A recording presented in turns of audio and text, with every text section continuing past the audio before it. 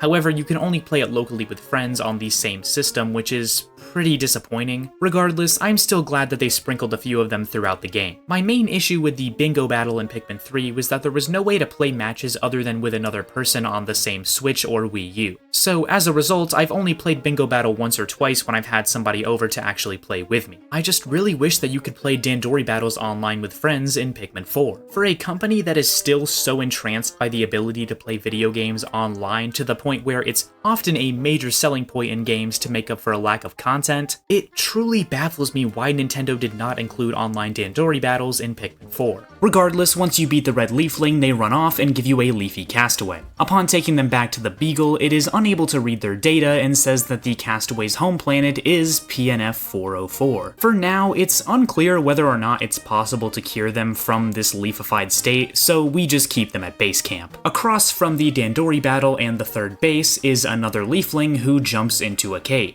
The team infers that this is a castaway, so we have to jump in after them without our Pikmin yet again, and we're given a Dandori challenge called Dandori Daycare. These are similar to the mission mode stages from Pikmin 3, but just like with the Dandori battles, they've been implemented into the main story. The developers of Pikmin 3 added the mission mode to give the game more content so that the fans of the very meaty second game wouldn't be disappointed that there was less to do. Quote, "We added a mission mode on top of the main game and designed it so that players could train up their skills to be able to complete the main game more efficiently." End quote. However, when developing Pikmin 4, the team wanted to implement these modes into the main story to emphasize Dandori as a gameplay concept and get more people to try out these modes. Quote, "We thought that the mission mode would be the best way for players to understand the fun of Dandori. Earlier, Hino-san described the mission mode as helping players clear the main story, but in reality, it's considered a mode that's well known only to those in the know. This time, we've incorporated this mode into the story, so players can find the fun in saving time by practicing good Dandori," said Taku Matoba, a planning director for Pikmin 4. It makes a lot of sense why they would do this, since, as they said, not everyone who played Pikmin 3 decided to stick around to try out the mission mode. In fact, that's exactly what I did when I first played it. But when I revisited the game a few months later, I realized just how much I was missing out on with not doing the mission mode, and it became the highlight of the game for me. So implementing the challenge and multiplayer modes into the main story via Dandori battles and Dandori challenges was a smart move. These challenges require you to gather all of the treasures and enemies around the stage to get points. There's a minimum amount of points you have to get to complete the challenge, but nabbing more will get you a higher medal, with the platinum medal being awarded to players that gather everything within a given stage. Similarly to the Dandori battles, the stages are always played in the same order no matter which area you play them in. Once you beat the challenge, you're able to rescue the leafling and bring them back to the Beagle. Dandori challenges are really fun and are a great way to implement mission mode-like levels into the main story. However, even if you count the Trial of the Sage Leaf stages, which is something that we'll get into eventually, there's still considerably less Dandori challenges than there were mission mode stages in Pikmin 3. Granted, almost half of the mission mode stages in that game were added with DLC, making Pikmin 4 technically have more, but Pikmin 3 was 10 years ago, and I think at this point it's safe to say Pikmin 4 DLC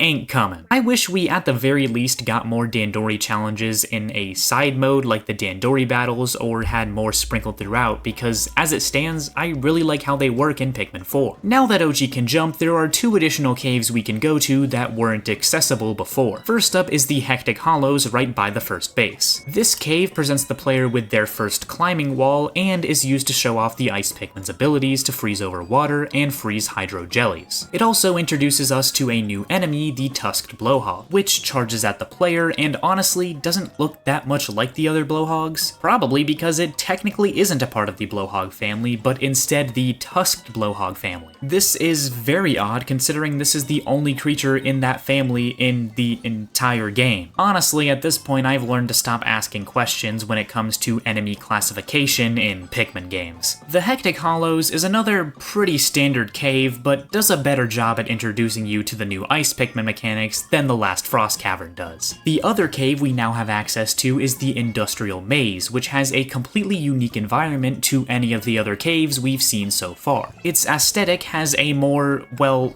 industrial look to it. This cave uses conveyor belts, switches, and floating fan platforms that players use to explore. It's definitely the most complex and puzzle-centric cave we've seen so far, and it's definitely my favorite cave in the Sun-Speckled Terrace. It's still not anything too crazy, but it gives us a taste of what the rest of the game has to offer with more advanced caves. There's a few more treasures scattered around the overworld, but nothing too crazy. That is until we go up to the distant summit base where we have a few final treasures, one last cave, and a boss. At first, this area is blocked off by a bridge you have to build with raw materials, but then once you build it, you can go to the final cave, the Aquiferous Summit. This cave gives us our first aquatic environment, but does not feature blue Pikmin like you might assume. Instead, it yet again focuses on ice Pikmin and their abilities, which I guess is fair since it's still the beginning of the game. Other than the new cave environment type, there isn't much to speak of though. The exit of the cave leads us to the final base in the Sun-Speckled Terrace and another Porquillin in this small area. Looking down from the summit, there's an amazing view, and around it there's still a few more treasures to find. One of which is this potato secretly buried in the ground that eluded a lot of people in the demo days. Speaking of the demo, you need to collect 1500 Sparklium to progress to the next area, but you get more than double that by 100%ing the Sun-Speckled Terrace. However, in the Pikmin 4 demo, once you reached 1500 Sparklium, you were done, even if you had more to explore in the first area. Some skilled players were able to get around this though, since it doesn't kick you out as soon as you get 1500 Sparklium,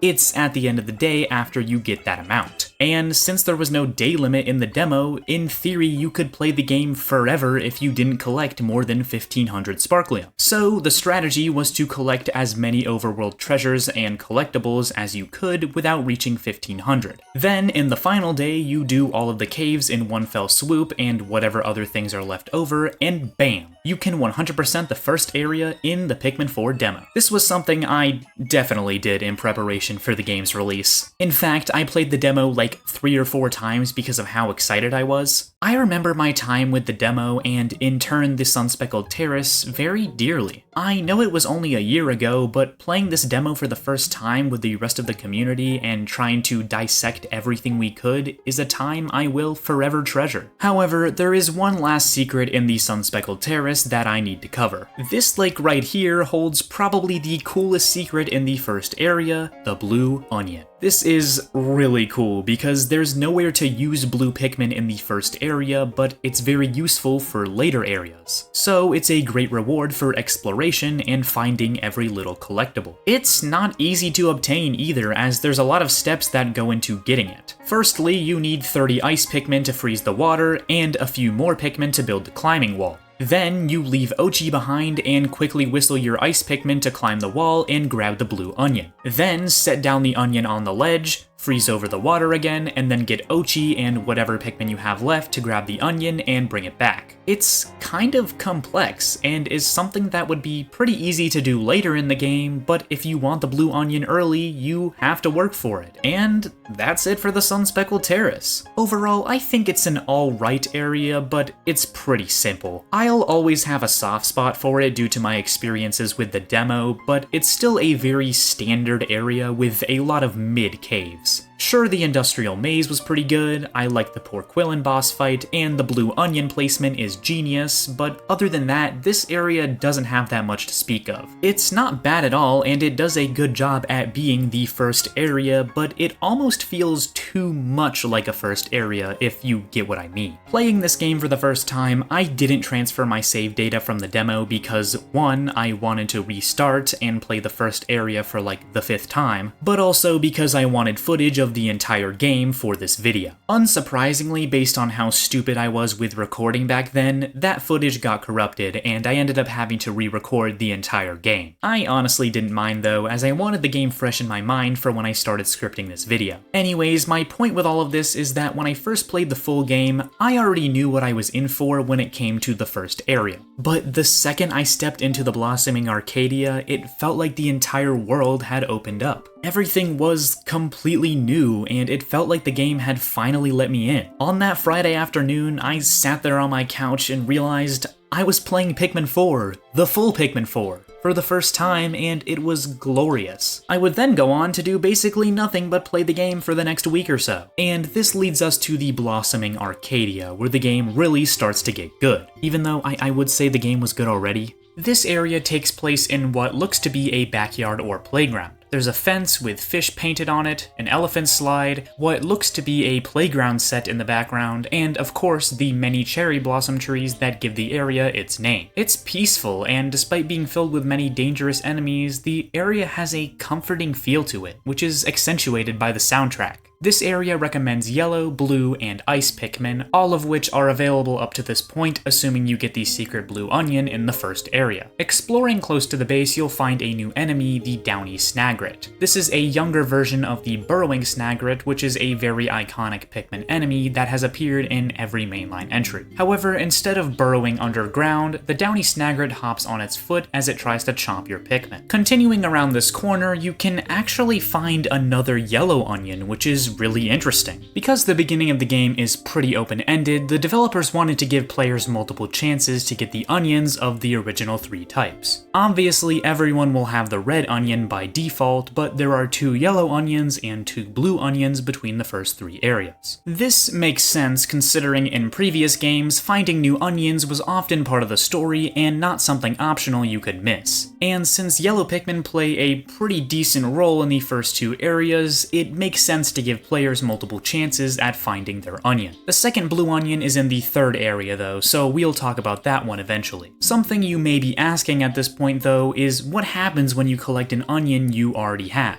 I was wondering this too, and at first I thought maybe every type had multiple onions, and if you got more than one, more Pikmin would be made with each creature brought back. But no, you just get 20 additional Pikmin of that type. In hindsight, this makes a lot of sense because yellows and blues are the only type to have multiple onions, but I still think it would be cool for future games to have a mechanic where you can upgrade how many Pikmin are produced when bringing creatures back to the onion. Near the yellow onion is our first cave of the blossoming Arcadia, the secluded courtyard. This is another aquatic cave that gives us our first wild blue Pikmin, which will be useful later in this area. There's also some electrical hazards sprinkled throughout, a Florlick on the 3rd sublevel, and a new enemy, the Sun Squish. This new creature resembles a fried egg and attacks by stretching its body. It's not the first thing that comes to mind when I think of a new enemy added in Pikmin 4, but it's a cool addition regardless. However, what does stick in my mind is the boss of the final sublevel, the Foolix. This is an amazing callback to the Ghoulix from Pikmin 1, but is still pretty different. It's far more aggressive than its Pikmin 1 counterpart, and instead of throwing blue Pikmin into the center to deal damage, you have to pull at its tail to dislodge the main creature from the goo. It's not super difficult, but it's a fun fight nonetheless. The secluded courtyard is overall a pretty decent cave. It properly introduces the blue Pikmin and has cool new enemies with the Sun Squish and the Foolix. Across from the starting base is a clay bridge that has the misshapen pond base on the other side, and right next to that base is a new cave, the Sightless Passage. This cave has one large sublevel whose main gimmick is that it's very dark. The headlamp is recommended, but not required, though it definitely makes exploring a whole lot easier. Having one big sublevel makes it kind of maze-like, and it has a lot of fire hazards throughout. It's a decent cave, but is one I often forget about, to be honest. However, this cave's exit leads up to a ledge with a Mamuda. There's also a music box treasure nearby that will play the Pikmin 3 title theme when being carried back to the ship, which is a cute little Easter egg.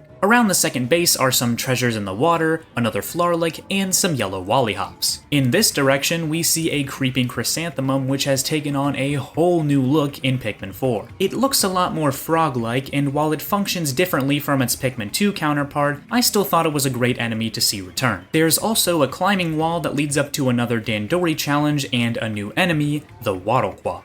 This bird-like creature uses its long beak to suck up objects and Pikmin, which is pretty cool. The Dandori challenge here is called Hot Shock Canyon and is in a more traditional cave environment that focuses on fire and electric hazards. Across these mushrooms is an ice wall, which is a new gate hazard that can only be broken by ice Pikmin. However, because ice Pikmin do 50% damage, it usually takes a while for them to break it. Eventually, they will break it, and beyond lies the next cave, the Kingdom of Beasts. This is the first callback cave, as I like to call them. There are various caves throughout Pikmin 4 that are huge references to ones from Pikmin 2, the Kingdom of Beasts being one of them. It's reminiscent of both the Hole of Beasts and Bulblax's Kingdom from Pikmin 2. The cave mostly focuses on different types of bulborbs. Red Pikmin are also recommended, as there are many fire hazards throughout. On the second sublevel, you'll find the Rock Pikmin, which I honestly wasn't expecting to see this early on. Even if we don't get their onion until the post-game, they're still pretty cool to see. The third sublevel is a fan-favorite mini-boss, the Empress Bulblax. When I saw her for the first time in this game, I had the biggest grin on my face, as the Empress Bulblax is one of my favorite enemies in the entire Pikmin series. I even made a whole video of me speedrunning getting to and subsequently killing the Empress Bulblax, so yeah, I'm a pretty big fan. We did know she was returning based on the first big trailer, but it was still very cool to see this early on, especially since the trailer shot we had of her was actually from a later rematch and not from this cave. Something that I think is absolutely genius about the fight is that the game gives you Rock Pikmin. In Pikmin 2, the last time we saw the Empress Bulblax, Rock Pikmin didn't exist, but now they do, and since the Empress's main attack is rolling around to crush Pikmin, rocks are the ideal type to use because of their crushing immunity. One of my favorite things about Pikmin 4 is how they take old concepts or enemies and put a new spin on them. This right here is the perfect example. Pikmin 4 has a lot of nostalgia pandering, especially for Pikmin 2 since this game takes many cues from that one. However, it almost always feels earned and not put there just to sell more copies or whatever. There's just as many new mechanics and enemies as there are returning fan favorites. The game doesn't highlight every reference and say, "Look at that! You remember that from Pikmin 2? Please buy our video game!" The callbacks are there for the fans that notice them, but they aren't a huge part of the overall game. I mean, the engulfed castle is probably the coolest callback they could have made, but there was not even a hint that it existed in any of the trailers or marketing. Most other games would have made a big deal about it to try to appeal to the fans, but Pikmin 4 doesn't do that. This game is a prime example of how to do nostalgia pandering and fan service right in a way that feels earned and exciting for the fans. Sublevel 4 doesn't have anything crazy other than a few whip-tongue bulborbs. Sublevel 5 is similar, but instead focuses on the spotty bulbear, which unfortunately does not respawn in caves like in Pikmin 2. Moving on to the final sublevel, we have to fight not one, but two Emperor Bulblaxes. After beating them, you get another castaway, and the room following is modeled after the final sublevel of the Bulblax Kingdom in Pikmin 2, which is a really neat detail. Overall, this is one of my favorite caves in the game. It offers pretty much everything you could want from a cave, with fun bosses, a new Pikmin type, creative callbacks, and great rewards. This is exactly what caves in Pikmin 4 should strive to be. Exploring in the opposite direction of the second base, we have a sandy area with some joust mites that leads up to an ice gate and the final base of the area, the Sunwash Plateau. Guarding the base is another creeping chrysanthemum, and right by the base is a sprinkler with a cantaloupe under it. Sprinklers are a new water hazard that can be turned off using raw materials to make a valve. Near the Sunwash Plateau is also the last cave, the Drafty Gallery. This cave has the same rustic feel as the Industrial Maze, but doesn't hold anything too crazy. There's some downy snagrets on the first sublevel and an iced candy pop bud on the second. The third sublevel is split between two areas with each having its own base. And the final sublevel has a puffy blowhog as a boss that drops a castaway. Overall, it's a very standard cave with the puffy blowhog being a pretty lame boss to be honest, but it does give you a lot of ice Pikmin, so that's nice. Building this bridge by the third base gives us access to a new section of the area with the one and only Burrowing Snagret. I always love seeing this guy return. It has a pretty simple pattern, but it's still difficult to fight, and it can eat a lot of your Pikmin if you aren't careful. There's also a Dandori challenge in this area that's blocked off by a reinforced wall. This one is called Rockaway Cellars, and it focuses on red and rock Pikmin, so pretty standard. Close to the first base is also the second Dandori battle. This stage introduces bonus finds, which reward the players with extra points for gathering specific treasures or enemies. The bonus finds can change multiple times per battle, so it's important to keep an eye on them to get the most amount of points possible. And that's it for the Blossoming Arcadia. While there really wasn't that much to discuss, I think it's overall a great area that has a lot to love. The aesthetic of the area is appealing, especially at sunset, and the caves are mostly great. There's a lot to explore, and it introduces a lot of new and returning enemies, especially with my favorite cave so far, the Kingdom of Beasts. And upon collecting 4,000 Sparklium, we can continue on to the third area, Serene Shores. Serene Shores takes place on a sandy beach, which is a nice change of pace from the usual water area. Typically, the aquatic areas in Pikmin games are just a stream or a lake or something closer to the rest of the game's areas environment-wise. However, Pikmin 4 has some of the best area design in the series, and Serene Shores is the perfect example. It also has a unique mechanic with the tides changing midway through the day. This allows you to walk over areas you would normally have to doggy paddle to get across otherwise. And it allows you to get certain treasures a lot easier. Because this is Pikmin 4's big water area, blue Pikmin are naturally recommended alongside ice and purple Pikmin. The first base is on the edge of the sand bed. There's some flowers around the edges, and the first thing you'll most likely go to is the Dandori battle right next to the base. However, in my footage I captured for this video, I decided to completely ignore this and actually make it the literal last thing I had to do in this area. Thank you so much, Past MJ, for making this so easy on your future self to write and edit. Anyways, this third Dandori battle is called Dandori Castle and introduces a few new mechanics to the battles. Items can be found around the stage that, when picked up, have various effects. You can make boulders fall down on your enemy,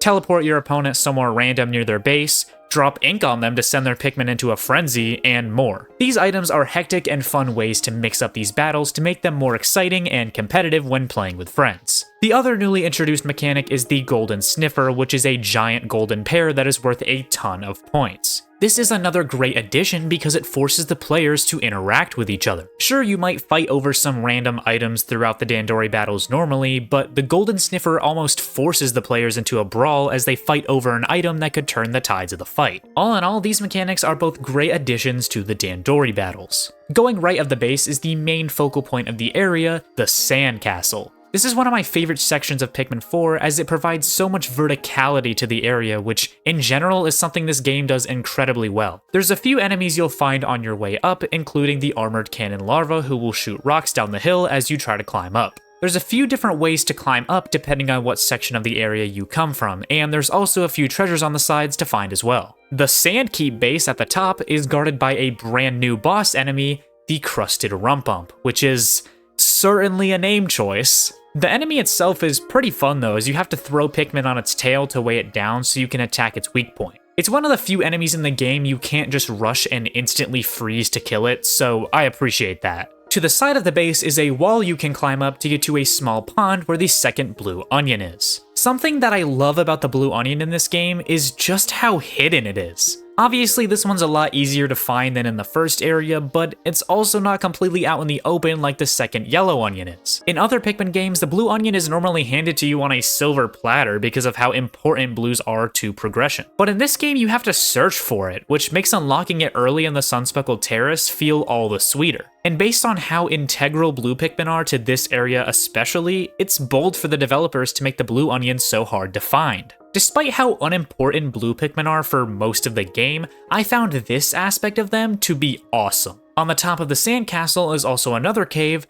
the below-grade discotheque. This is another industrial cave with moving platforms, switches, conveyor belts, and fans. This is also where you can first have access to winged Pikmin via a candy pop bud on the third sublevel. To get them, you have to do this puzzle with the bouncing mushrooms and the fans that can be a little tricky at first. There's also a sprinkler you can use to put out this sizzling floor on the fourth sublevel, which is a really cool use of that mechanic. And on the final sublevel is a new boss that was shown off in a lot of the trailers, the Groovy Longlegs. This enemy will stomp rapidly to the music and try to hypnotize your Pikmin into dancing so it can kill them. It's a pretty fun boss, and the song that plays when you fight it is a banger. Overall, this cave is pretty decent. It introduces wing Pikmin, has some creative puzzles, and ends off with a fun and memorable boss. Moving on down this side of the sandcastle, you can find another cave, the Seafloor Resort. This is one of the aquarium environment caves, which I found to be a nice change of pace aesthetic-wise compared to the darker style of most other caves. Blue and ice Pikmin are recommended, and there's a Floralick to find on the first sublevel. The fourth sublevel has a new boss,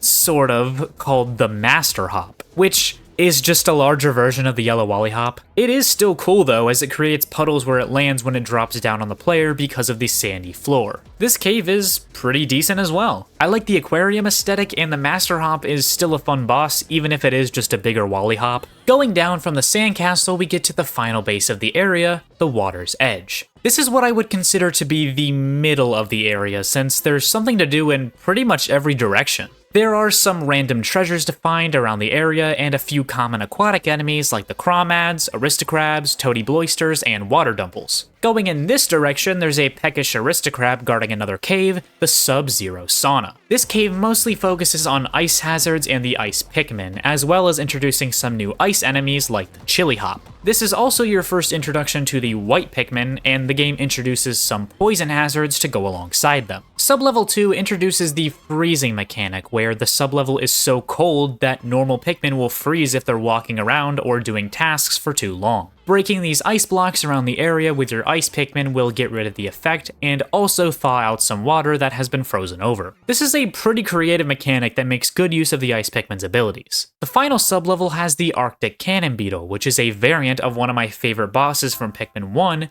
the Armored Cannon Beetle. However, unlike that boss, you don't have to throw a Pikmin into its mouth while it's sucking up air. You just have to get behind it and throw Pikmin or Rush when it opens up its weak point. To be honest, this kinda misses the point of the original enemy in my eyes, but I still found it to be a fun fight, and I really like the design. I think this cave is great for introducing frozen air, white Pikmin, and the Arctic Cannon Beetle. But it's also kinda short with only 3 sublevels. It's not a huge deal though, as I think the sublevels it does have are all great. And going under this bridge near the Sub-Zero Sauna, you can find another cave, the Engulfed Castle. This is one of my favorite caves in the game and is a huge callback to the Submerged Castle from Pikmin 2. That cave was my favorite in Pikmin 2 because it was one of the only caves that used the cave mechanic to create unique gameplay scenarios other than just fight a bunch of enemies and want to pull your hair out at all times. You can only take blue Pikmin into the cave, but there's things like fire hazards that blue Pikmin are still weak against.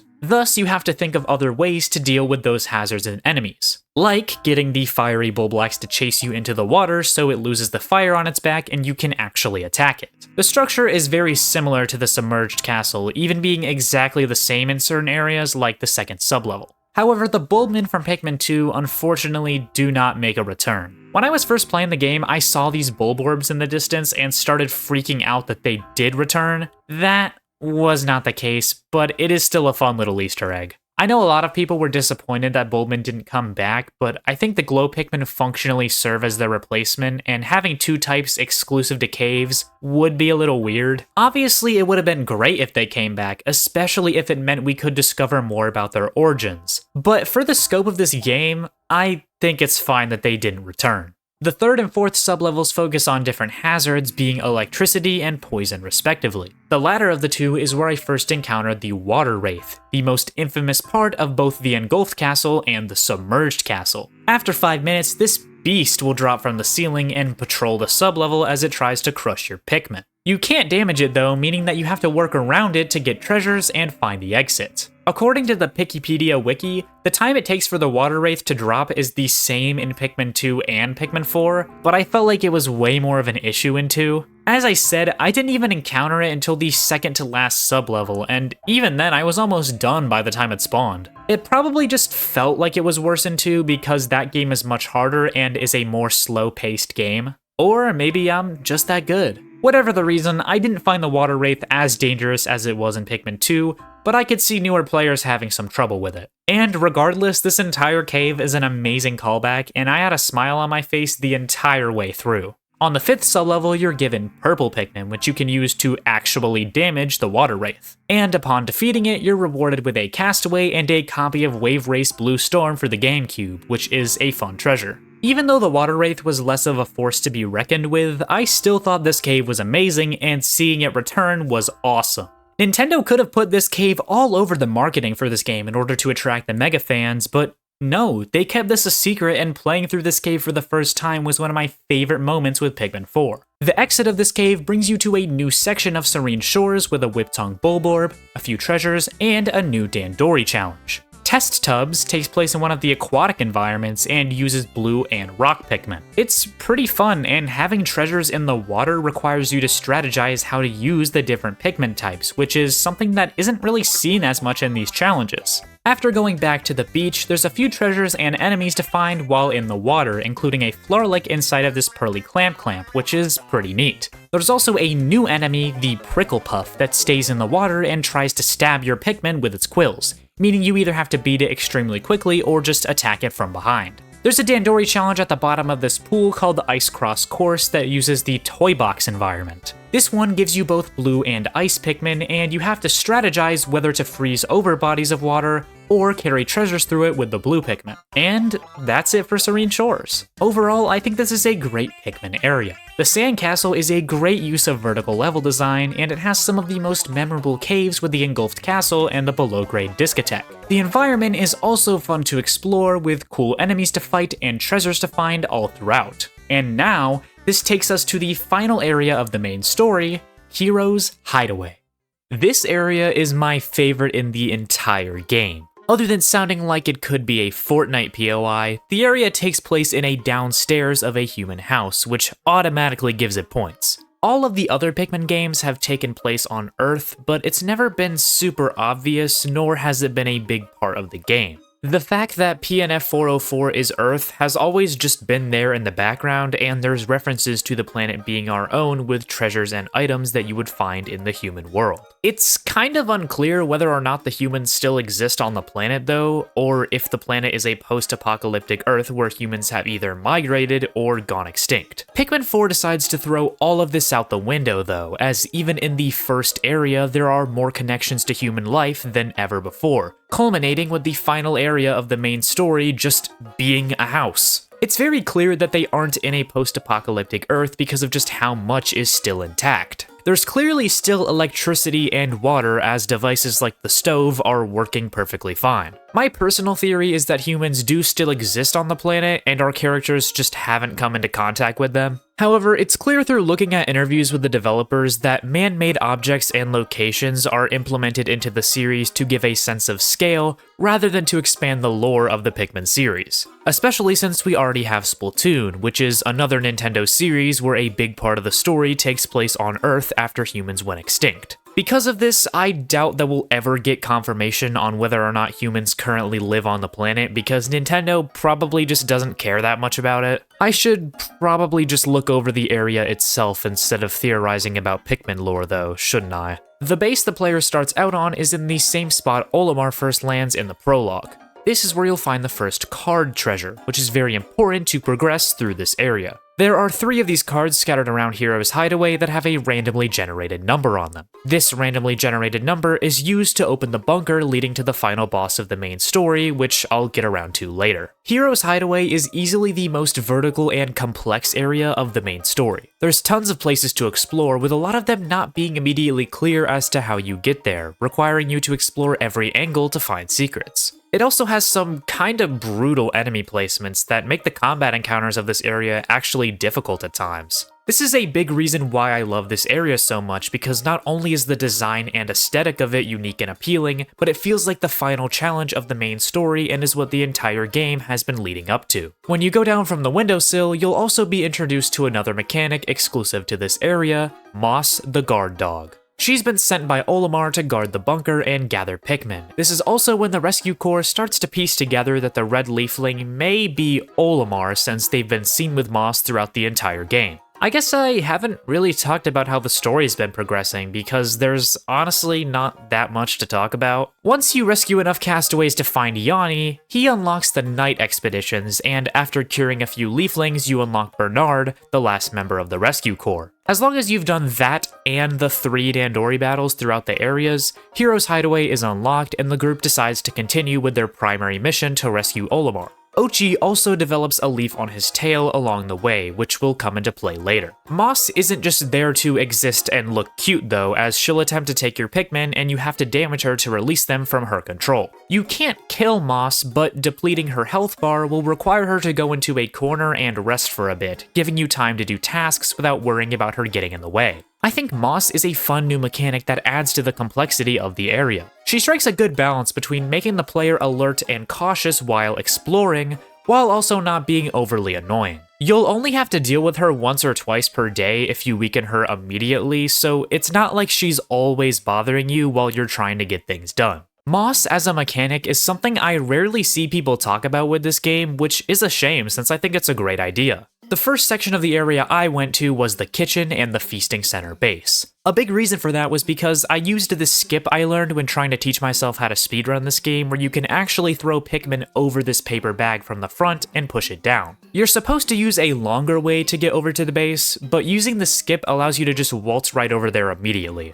The skip isn't that useful during a casual playthrough like this, but I still do it every time I play the game because it's fun, what can I say? Around the kitchen floor are a bunch of ice enemies like the icy blowhog and the frosty bulborb. There's also a few of this new enemy, the guildmandwee, sprinkled around the area. You have to break the gold shell on their back before you can attack them, which can make combat encounters with them pretty tense at times. There is this little hole in the wall next to the base that leads up to a higher shelf, allowing you to rail grind across the kitchen over to the island counter. There's a few treasures and a floor-like to find up here, as well as a porquillin to fight. However, this version is a lot harder than the one we fought previously. The enemy itself is the exact same, but as you can see, this creature implements the masterful strategy known as standing on top of 3 plates. This makes it so you can't rush into it with Oatchi, and because the fight is on a narrow platform, the spikes are a lot more deadly. You can use this fan puzzle to launch yourself over to a neighboring shelf where you find the second card,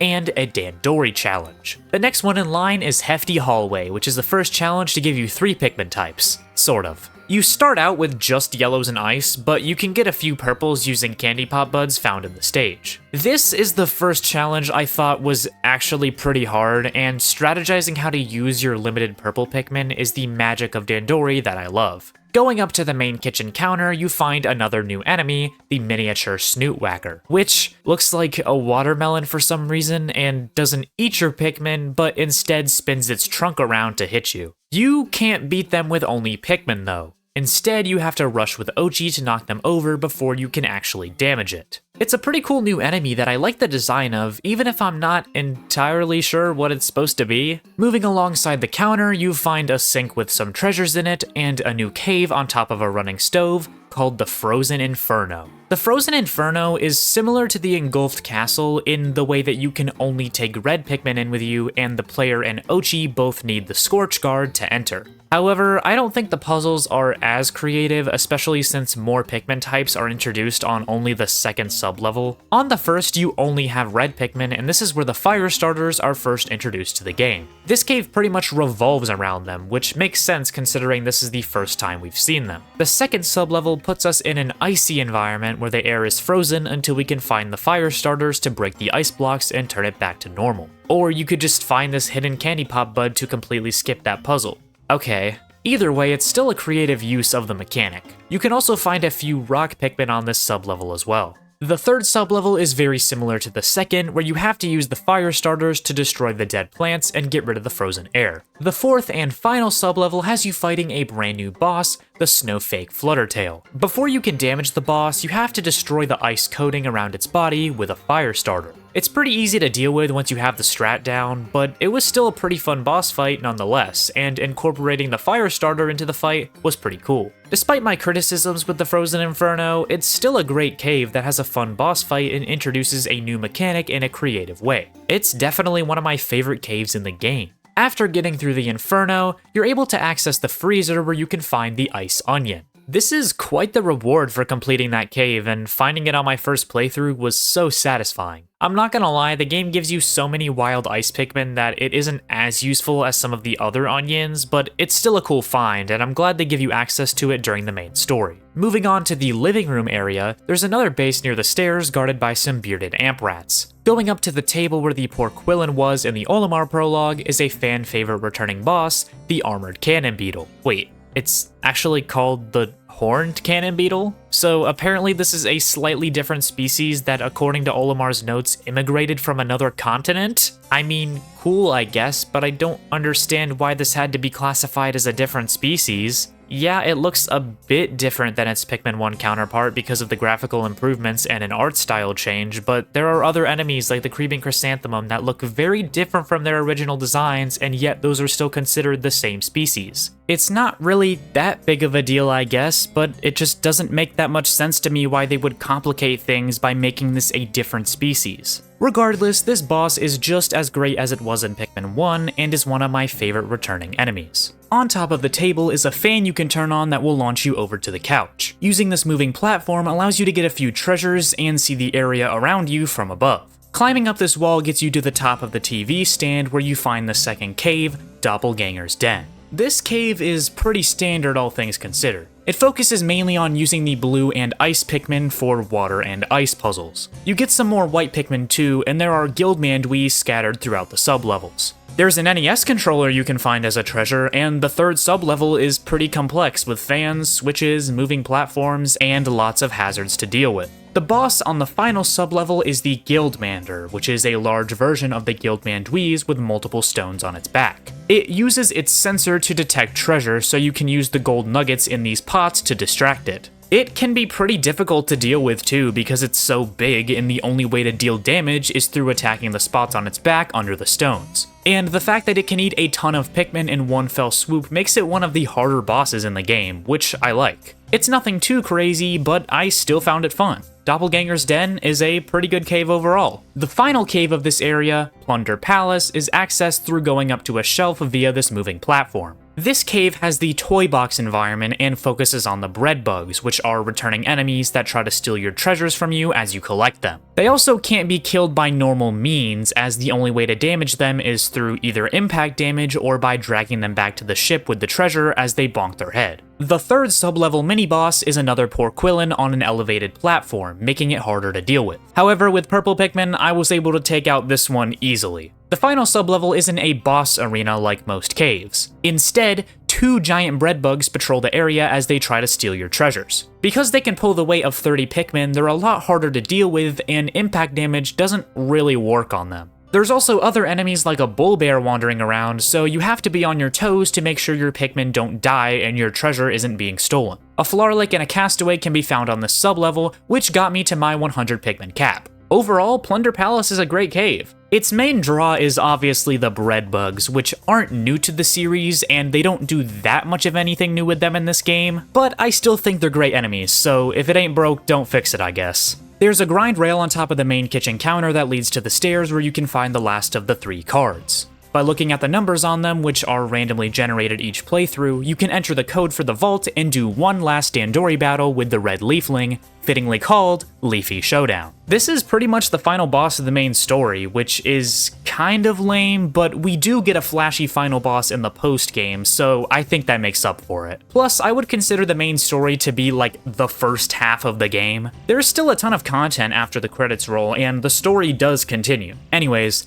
this Dandori battle introduces the Sneak Bomb. It spawns partway through the match, and by taking it to your opponent's base, they'll lose some of their points. The Dandorium that drops out of their base can be recollected by them to get their points back, or you can collect it and get more points for yourself. The Sneak Bomb is a fun mechanic that adds to the chaos of the battles and makes it more competitive. Upon finishing the Leafy Showdown, the red leafling reveals that he is Captain Olimar as he is knocked out and Moss flees the scene. You can now take him back to the ship, and by using the glow sap back at base, he's cured and you've officially rescued Captain Olimar. The rescue corps, castaways, and Olimar all leave the planet together and say goodbye to the Pikmin, but something doesn't feel right. What happened to Moss? What about the other castaways? And what's the deal with the leaf on Oatchi's tail? The credits roll with one of my favorite tracks in the entire Pikmin series playing in the background. I'm not gonna lie, I teared up when I saw the credits while I was first playing. It felt bittersweet to be watching the credits for one of the most anticipated Nintendo games in recent memory. Even back then, I knew this was my favorite Pikmin game. And despite knowing that the game had at least another area or two in it, I was saddened by the reminder that this game was eventually gonna come to an end. The background visuals during the credits show a bunch of Pikmin and creatures throughout the course of a day. These credits are so beautiful and serve as a perfect ending to this incredible game.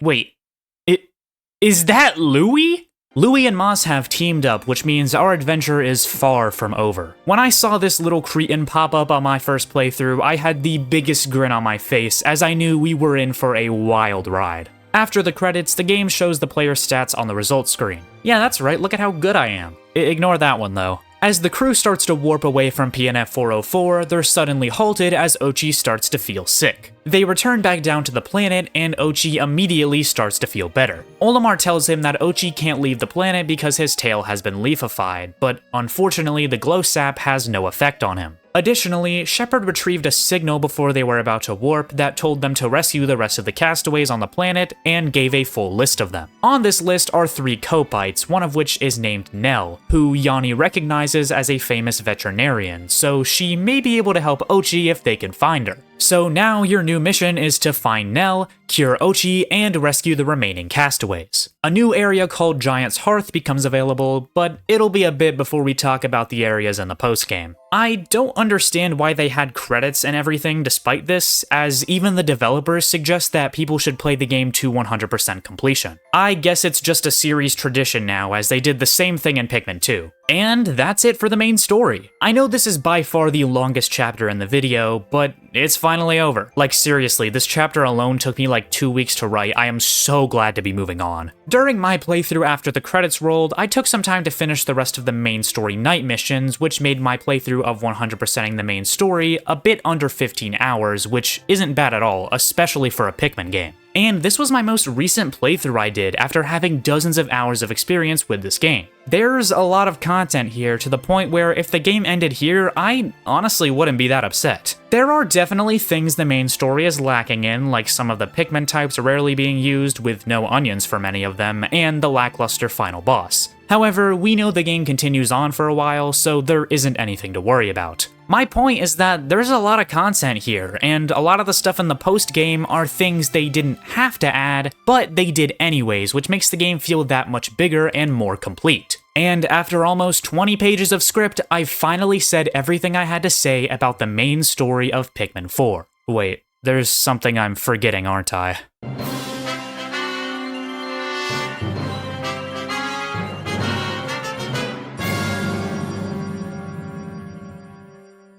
Yeah, before we can move on to the post-game, we've gotta talk about the night expeditions. These were highlighted a lot during the lead up to release, which makes a lot of sense. It's a brand new mode that one of the 2 new Pikmin types is exclusive to, and it ties expertly into the game's emphasis on Dandori. However, in the game itself, I feel like the night expeditions were way less of a focus. Yes, you do have to do them to cure the leaflings and progress through the story, but the majority of the gameplay is in the main areas, and the night mode is kinda just off to the side. However, I don't have a problem with this because the night expeditions don't really have a lot to them. That's not to say that they're bad or aren't fun, far from it. I think the night mode is great, but it isn't as expansive as the main game mode by nature of what it is. So it makes sense that it's just treated like a side thing that you have to do every once in a while. The mode is unlocked after you rescue Yanni, a doctor who is part of the main rescue corps. Upon finding him, he says that while he was stranded, he encountered something called a luminol, which makes a sap that he thinks may be able to produce a medicine to cure the leaflings. So now, night expeditions are unlocked, and you can talk to him at the start of the day if you want to do one.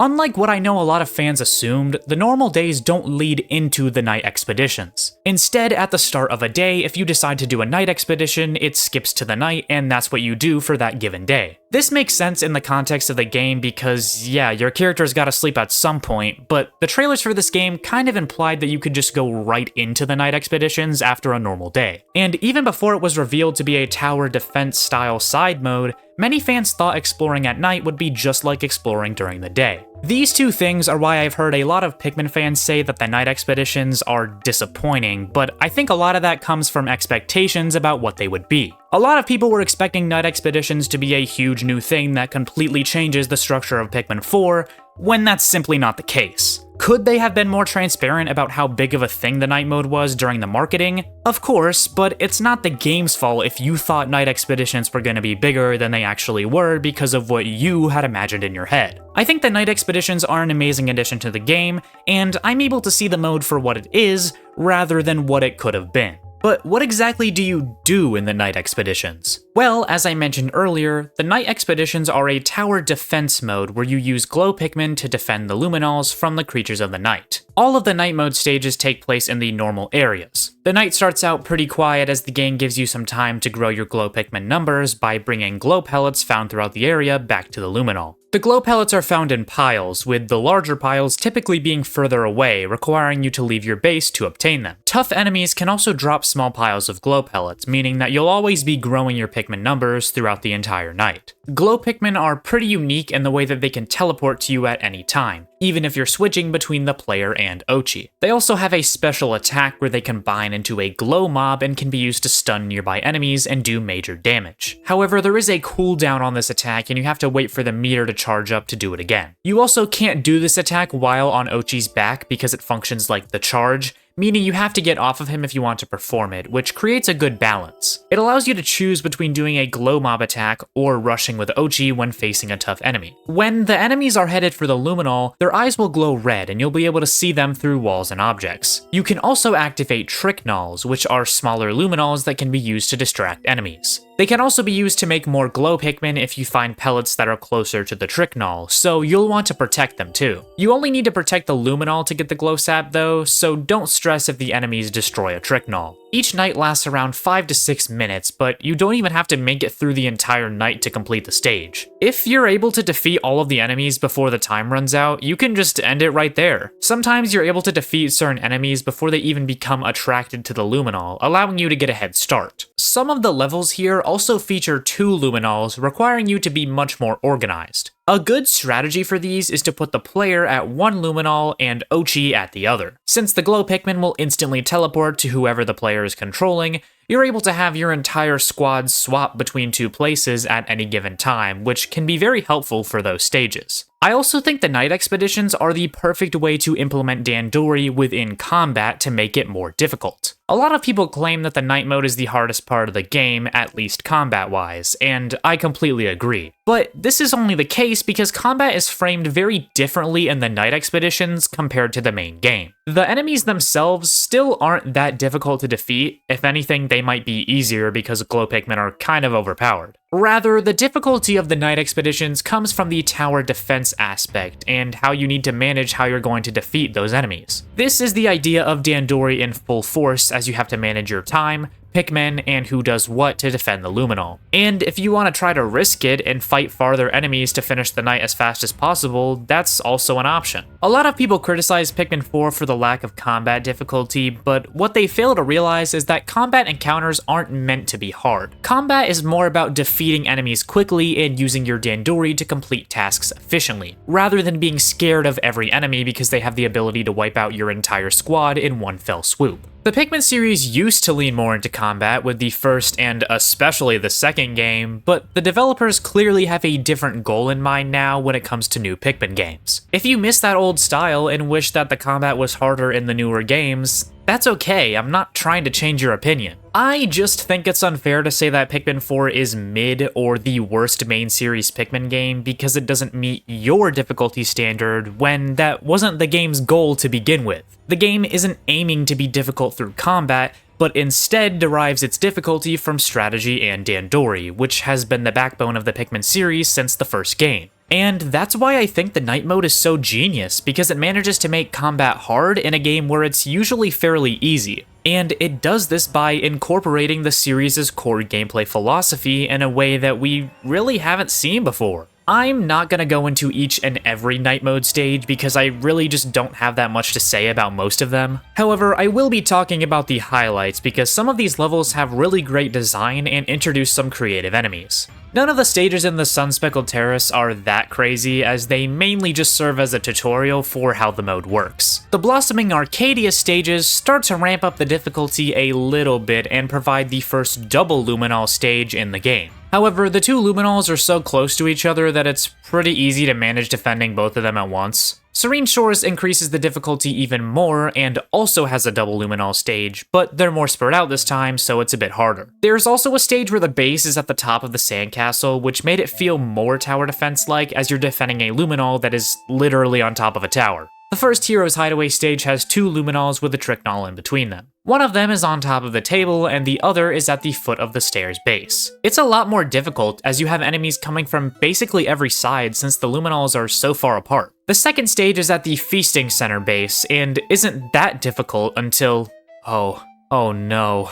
The Smoky Prog, one of the hardest and most infamous enemies in the entire Pikmin series, finally makes its return after 22 years. This was such a delight to see, and is one of the best enemies they could have brought back. However, it works pretty differently than it did in Pikmin 1. In that game, the Smoky Prog was an optional enemy that you would only have to deal with if you broke its egg in the distant spring. It could instantly kill Pikmin with its gloom, and was a true force to be reckoned with in that game. In Pikmin 4, it kind of works the opposite way. When you find the Smoky Prog egg, you should break it because then it won't come out and attack you. But if you wait too long, it will hatch and make its way to the Luminol instead of trying to kill the player and their Pikmin. In Pikmin 4, the Smoky Prog is a lot easier to deal with because of the Glow Pikmin's abilities, and the fact that you're intended to beat it without as much trouble as the Pikmin 1 version. However, it is still pretty hard to take down and can kill a ton of your Pikmin if you're not careful. The final stage in Hero's Hideaway actually features two Smoky Progs at once, so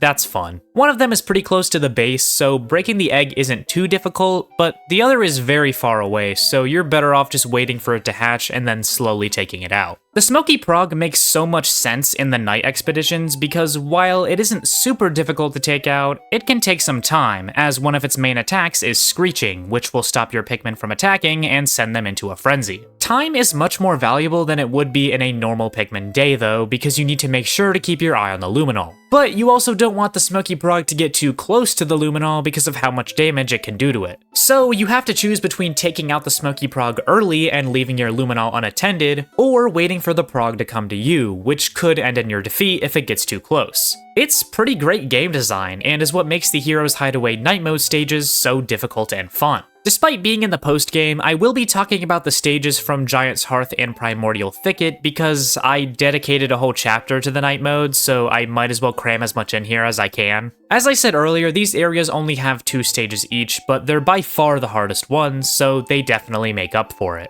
The first stage in Giant's Hearth has 2 Luminols that are farther away from each other than they've ever been, so it can get pretty hectic. The stage also focuses on the Grub Dog family, with enemies like the Fiery Bullblacks, Spotted Bullbear, and Emperor Bullblack showing up multiple times to destroy your Luminols. The second stage features a Baldy Longlegs, which is sort of a fan-favorite returning enemy. The Baldy Longlegs was introduced in Pikmin 3 as a hairless variant of the Shaggy Longlegs, but that enemy does not appear in Pikmin 4. Both of these enemies are based off of the Beady Longlegs from Pikmin 1 and 2, and while the Shaggy Longlegs does have unique mechanics to make it a different species, the Baldy Longlegs is basically just the Beady Longlegs. Are you confused yet? So yeah, even though they're practically the same species, the Baldy Longlegs is the enemy to make a return instead of the Beady Longlegs, despite the Shaggy Longlegs, the species the Baldy Longlegs is based on, not being in the game. I know that was a weird tangent, but I just think this whole situation is very odd,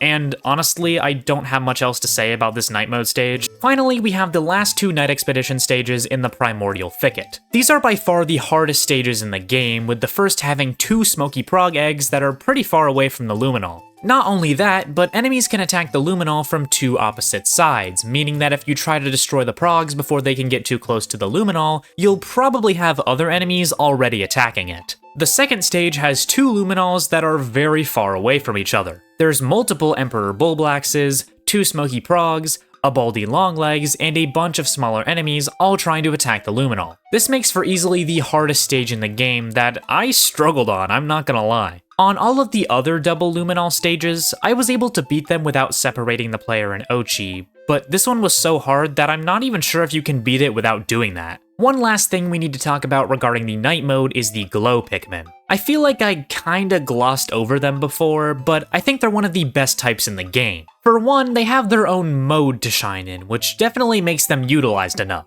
However, they can actually be used outside of the night expeditions. Other than getting glow sap to cure leaflings, night expeditions also reward you with glow seeds. These can be used to give yourself glow Pikmin in the main story, but they are also only available in caves. They function the same as in the night mode, where they can do a glow mob attack and they're immune to elemental hazards. This makes them very useful and kind of overpowered to be honest, but they're also completely optional. The only time I ended up using them was for the final boss, but I'll talk more about that in the post-game chapter. Looking back at the type ranking I made earlier in this series, I'd probably put them behind Ice Pikmin, but above Purples. While there is an argument that Glow Pikmin are the most overpowered type in the game, you don't have to use them nearly as much as Ice, even with the night expeditions. Plus, since using them in caves is completely optional, they can't break the game unless you go out of your way to let them. Overall, night expeditions are a great addition to Pikmin 4 that also serve as a genius way to mix Dandori and combat.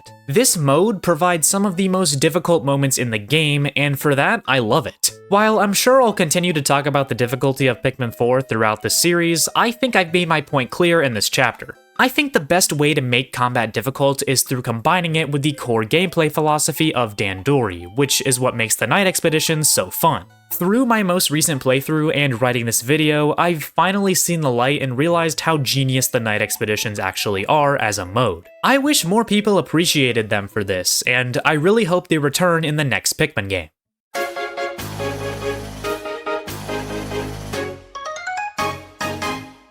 Alright, we've finally made our way to the post-game. However, before we talk about the new areas unlocked and the story, let's take some time to focus on the other things that have been unlocked. Talking to Olimar upon beating the game will unlock the Swallow ability for Oatchi to learn. But that's not all, as if you ask him to tell you the tale of his journey on PNF 404 before he sent out the distress signal, a whole new mode is unlocked. Olimar's Shipwreck tale is a side mode that's basically a remake of Pikmin 1 within Pikmin 4's engine and areas. So just like the first game, you have to collect 30 ship parts to escape the planet, this time within only 15 days. You only have access to the original 3 Pikmin types, being reds, blues, and yellows, and you explore remixed versions of the first 4 areas. When I say remixed, I mean certain things in the environment, like enemy placements or hazards, are different from your initial exploration of the area. You also start at a different base than you do in the main story. This is a good way to reuse the same areas while also making them feel fresh as you're approaching them from a different perspective, and there are plenty of differences to make it a new experience. It also makes sense in the context of the game, since throughout the main story you find Olimar's logs showing that he's explored these areas before. However, to keep things simple and short, caves are not present in this mode. I think this is a fine trade-off though, since this was meant to be a callback to Pikmin 1 and serve as a quick little side mode you can complete in one sitting if you wanted to. It took me about 2.5 hours to beat it on my most recent playthrough, which is a bit less than it takes me to beat Pikmin 1 usually, so it actually fits pretty well. I do wish you could use more than just the original 3 types in this mode though, since from the logs we know that Olimar has encountered all of the other types. However, since this is supposed to be a Pikmin 1 mode, I guess it makes sense why the game only gives you access to the original 3. You start the game out at the Ragged Scaffold base in the Sun-Speckled Terrace with only the red onion. You also start out with the 20 Pikmin cap just like in the main story, and you have to find Floralic around the areas to increase your capacity. A lot of things in the environment have been changed in the areas as well. For instance, you didn't have to build this clay mound to get up here in the main story, and originally there was an electric gate here. Well, I guess since Olimar's Shipwreck tale takes place first, I should be saying originally there wasn't an electric gate here, but you get the idea. I'm not going to go into detail about everything changed because then we'd be here all day, but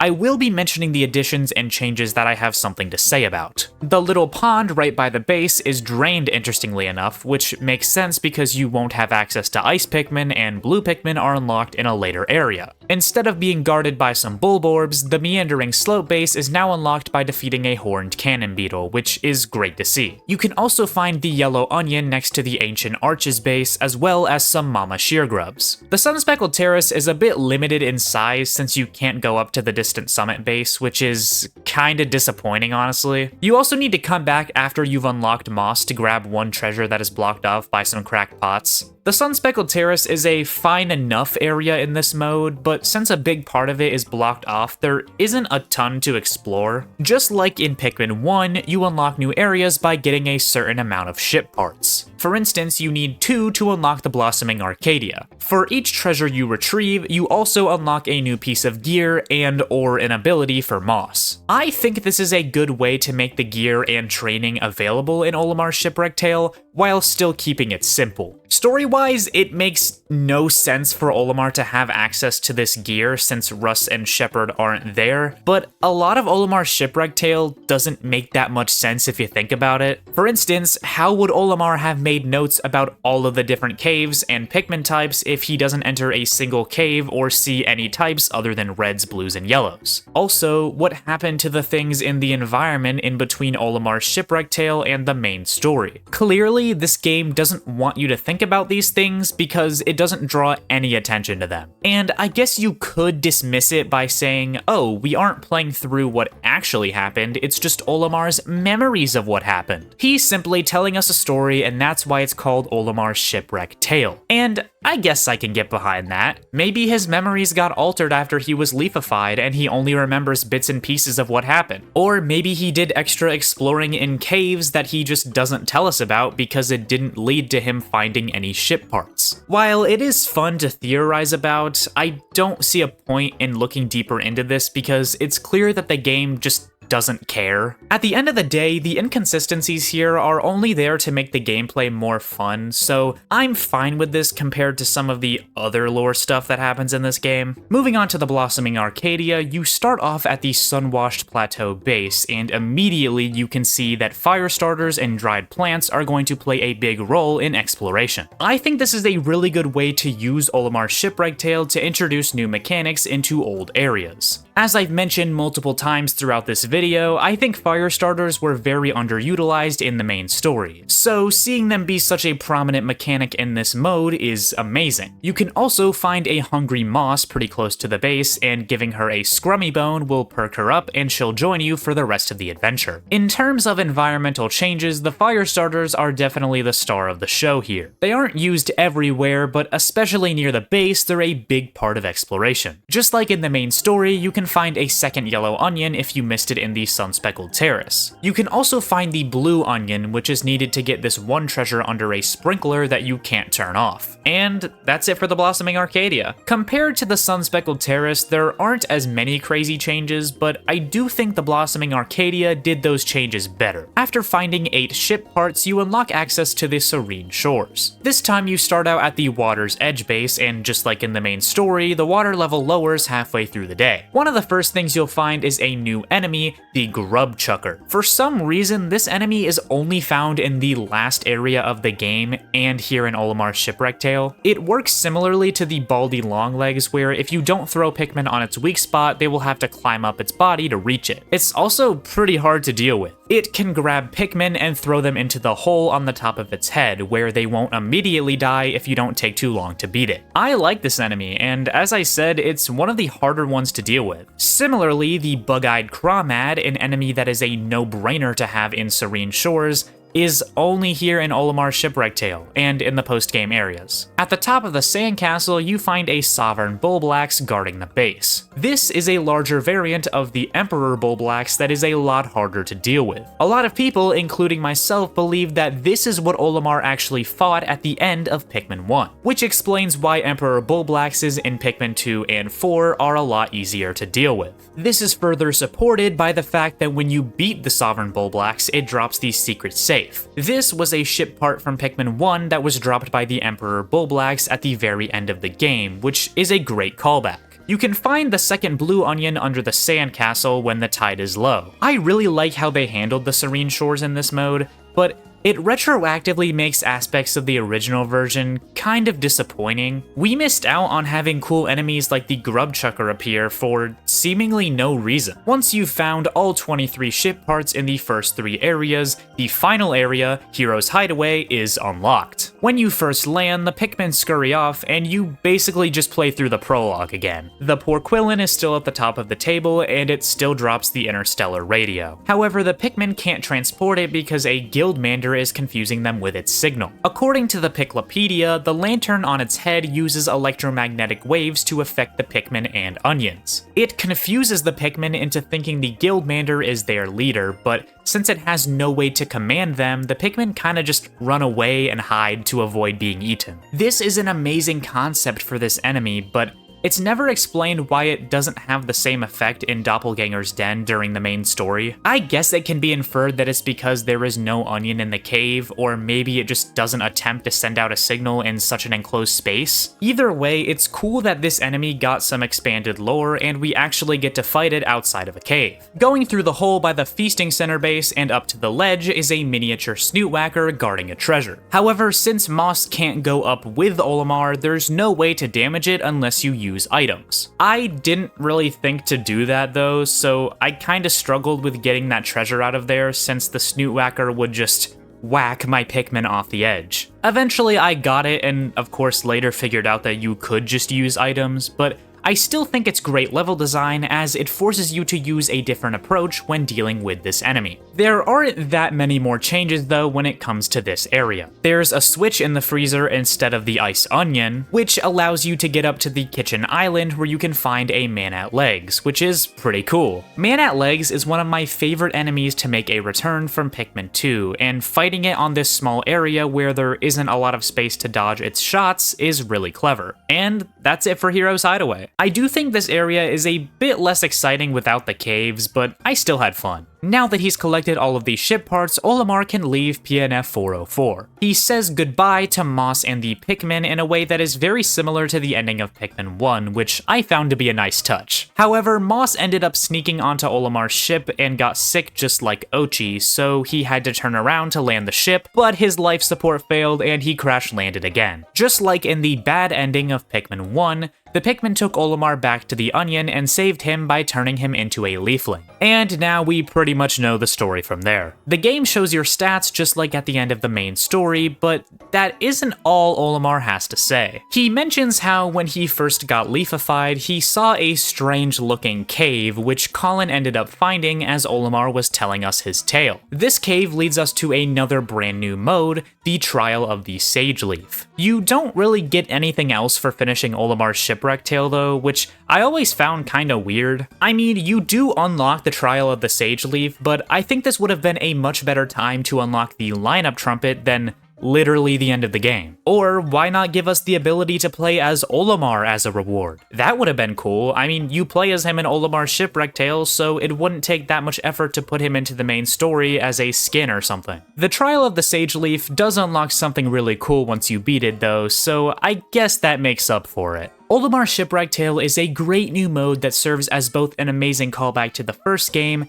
and a clever way to remix the main story areas to make a new experience. It's the kind of game mode where they really didn't have to add it, but they did anyways, and it goes a long way. Look, the Switch era has conditioned me into believing that every Nintendo game has to come out with the least amount of content possible, so to see Pikmin 4 have this much to do in it is amazing. Olimar's Shipwreck tale and the Trial of the Sage Leaf show that adding extra modes can go a long way for making your game memorable and filled with content. Speaking of, let's talk about the Trial of the Sage Leaf now. Upon entering the mysterious cave, you are greeted by a leafling known as the Sage Leaf. They say they are the great master of the art of Dandori, and in order to become their apprentice, we must go through 10 stories, as they call them. Each story in the Trial of the Sage Leaf is similar to the Dandori challenges from the main story. However, they are much harder and don't require you to gather every enemy and treasure. For instance, the first story is called Bulblaxes and requires you to defeat all of the creatures within a 4-minute timer. This seems like it'd be plenty of time to defeat just 11 enemies, but you'll soon see that it's not as easy as you may think. And would you look at that, I already lost. The Trial of the Sage Leaf is easily the hardest part of the game and will test your Dandori to its absolute limits. There wasn't a single story I was able to platinum on my first try. In fact, I ended up getting silver or bronze on most of them, and even then, beating each story would usually take multiple tries. To everyone that says that Pikmin 4 is an easy game, have you played the Trial of the Sage Leaf? I highly doubt that even the most skilled Pikmin players didn't at least feel some struggle when playing these stages. This is supposed to be the big challenge of the game. Not Cavern for a King, not the final boss, not even the Toughest Nails final night mode stages. Dandori is where difficulty lies in Pikmin 4. Whether that be self-imposed by trying to beat the game under specific conditions or in a certain amount of days, or intended by the game like in the Trial of the Sage Leaf. And to those who still don't believe that Dandori is what the developers want to focus on when it comes to difficulty, let's hear what Miyamoto himself has to say, shall we? Quote, "I get that people find it more difficult when death is a factor, but I think the franchise's strength lies in its relationship with morality. If something is irreversible, you need to figure out a way to prevent undesired things from happening. To try to prevent Pikmin from dying, you need to practice Dandori. To me, that is what makes this game unique." You heard it here first, folks. Well, actually, you heard it a while back when this interview was published, but that's not the point. To make Pikmin 4 more approachable, they didn't make the game easier, they just redirected that difficulty to a different aspect of the game. As I said earlier in this series, if you prefer Pikmin 2 because of that emphasis on combat difficulty, more power to you. However, I hate to break it to you, but that is just not the direction the series has been going in for a while. So if you keep expecting them to make another game like Pikmin 2, you're just setting yourself up for disappointment. And that sucks because I do wish that fans of Pikmin 2 were satisfied with Pikmin 4, but unfortunately, that's just how it is. You may think I'm coming off as a bit harsh here, which to some extent I can agree with, but the only reason why I keep reiterating my point about difficulty to perhaps the point of redundancy is this. I have seen so many people say that Pikmin 4 is an amazing game,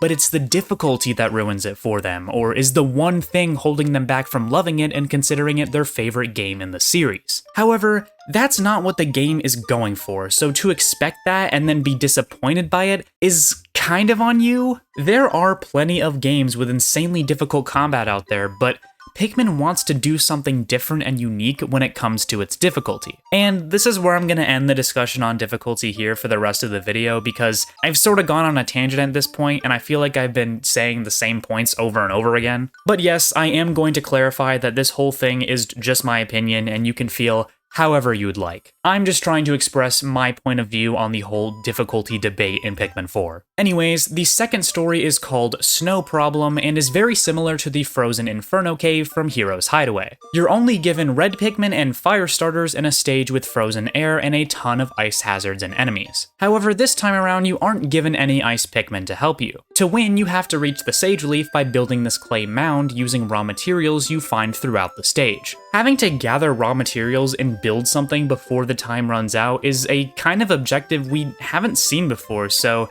I'll give it points for that. The third story is called Dig Deep, and it was the first big roadblock I discovered when playing this for the first time, and even in my most recent playthrough, it did take me a few tries to beat. The concept isn't anything too crazy, you just have to collect all the treasures and the stage focuses on yellow and white Pikmin, but for some reason you have to be practically perfect to beat it. Or maybe I'm just bad at the game, who knows. I have the layout of the stage ingrained into my mind, and even when I was able to beat it on my most recent playthrough, I only did it with 2 seconds left on the clock. The fourth story is Dandori Seas, which is pretty standard. You just need to collect all the treasures using blue and winged Pikmin, and despite being after the third story, I found it a lot easier. The fifth story is called The White Key, and is where things start to get interesting. The objective of the stage is to capture the white jewel. I wonder what that could be.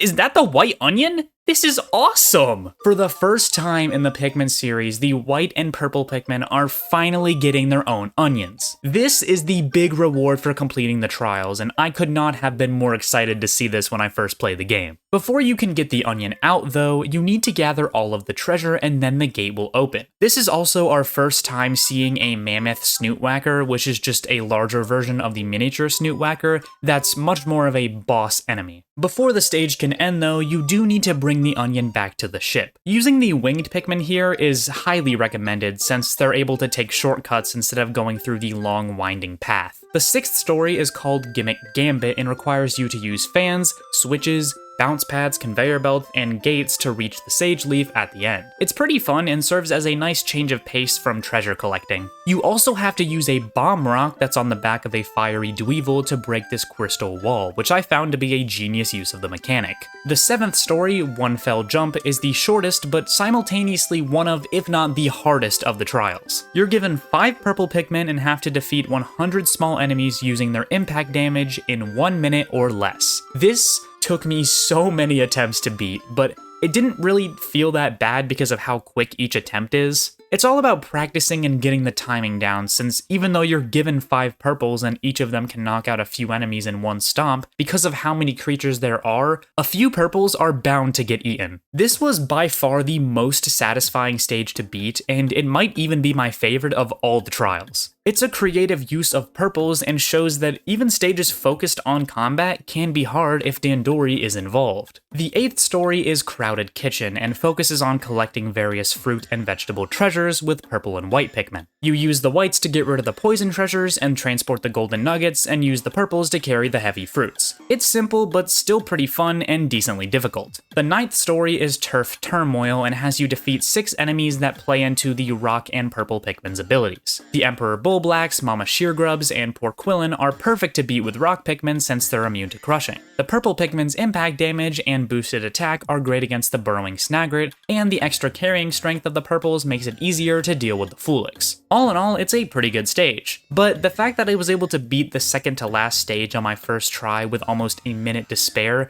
but had a huge roadblock on the 3rd stage is kinda odd, to be honest. I feel like the order of these stages could have been moved around a bit to better reflect their difficulties. But finally, we have the 10th and final story, the Purple Key. In this stage, you have to transport the purple onion around the map back to the ship, but it isn't gonna be a cakewalk because the Water Wraith is back. This time you have purple Pikmin from the get-go, so you can take it out pretty easily, but that's going to waste valuable time that you don't have. Your best bet is to use Oatchi's Swallow ability to carry the purple onion and then defend him as he moves through the stage. However, this also means he can't help you fight, making the enemies more difficult to deal with. The Water Wraith isn't the only enemy here though. There's Blowhogs, Skitterleaves, an Arctic Cannon Larva, and a new poison variant of the Creeping Chrysanthemum called a Startle Spore. Even with the 2 best Pikmin types in the game, Ice and Purple, this isn't a cakewalk by any means. I wouldn't say it's as hard as the 3rd or 7th stories, but it's still pretty difficult and very fun as well. The reward is well worth it though, as you get the purple onion for finishing all of the Sage Leaf trials. The Sage Leaf then says they have nothing left to teach you, and Colin asks if we should bring him back up to the surface and try to cure him like the other Leaflings. The Sage Leaf quickly shuts this down though and says that even though they don't remember their life before they became a Leafling, they are content where they are now and just want to live down below the surface in peace. The Rescue Corps obliges to their request, and we return to the base camp with 2 new onions. As Shepard said, this Leafling is very different from the others. For one, they have white leaves and seem to be more intelligent than the other Leaflings we find in the game. The others, including Olimar, seem to just be focused on Dandori, and that's it. And while the Sage Leaf is still very much focused on Dandori, they're still able to talk with the Rescue Corps and are obviously much more of a Dandori master than the other Leaflings are. The lore on who exactly the Sage Leaf is and what these challenges are is never fully explained. I'm gonna talk about Pikmin 4's lore and story theories in a later chapter, but for now, all I'll say is that maybe some things are left unexplained on purpose. Pikmin fans have been theorizing about things like this for years, and the developers know that. Overall, I think Olimar's Shipwreck Tale and the Trial of the Sage Leaf are amazing post-game modes that incorporate some of the best features in previous entries into Pikmin 4. For Olimar's Shipwreck Tale, it's the short and sweet collecting fun with an arcadey feeling gameplay loop that Pikmin 1 had. And for the Trial of the Sage Leaf, it's the insanely difficult but creative challenge challenge stages like Pikmin 3's mission mode had. As I said earlier, the developers didn't have to add these modes, but the fact that they did and put so much effort into them shows that they really care. Both of these modes provide a fun distraction from the main story and give you some cool rewards with the white and purple onions. Sure, the fact that you don't unlock the lineup trumpet through beating Olimar's Shipwreck tale still boggles my mind, but these modes are amazing and serve as wonderful additions to the postgame. Speaking of the postgame,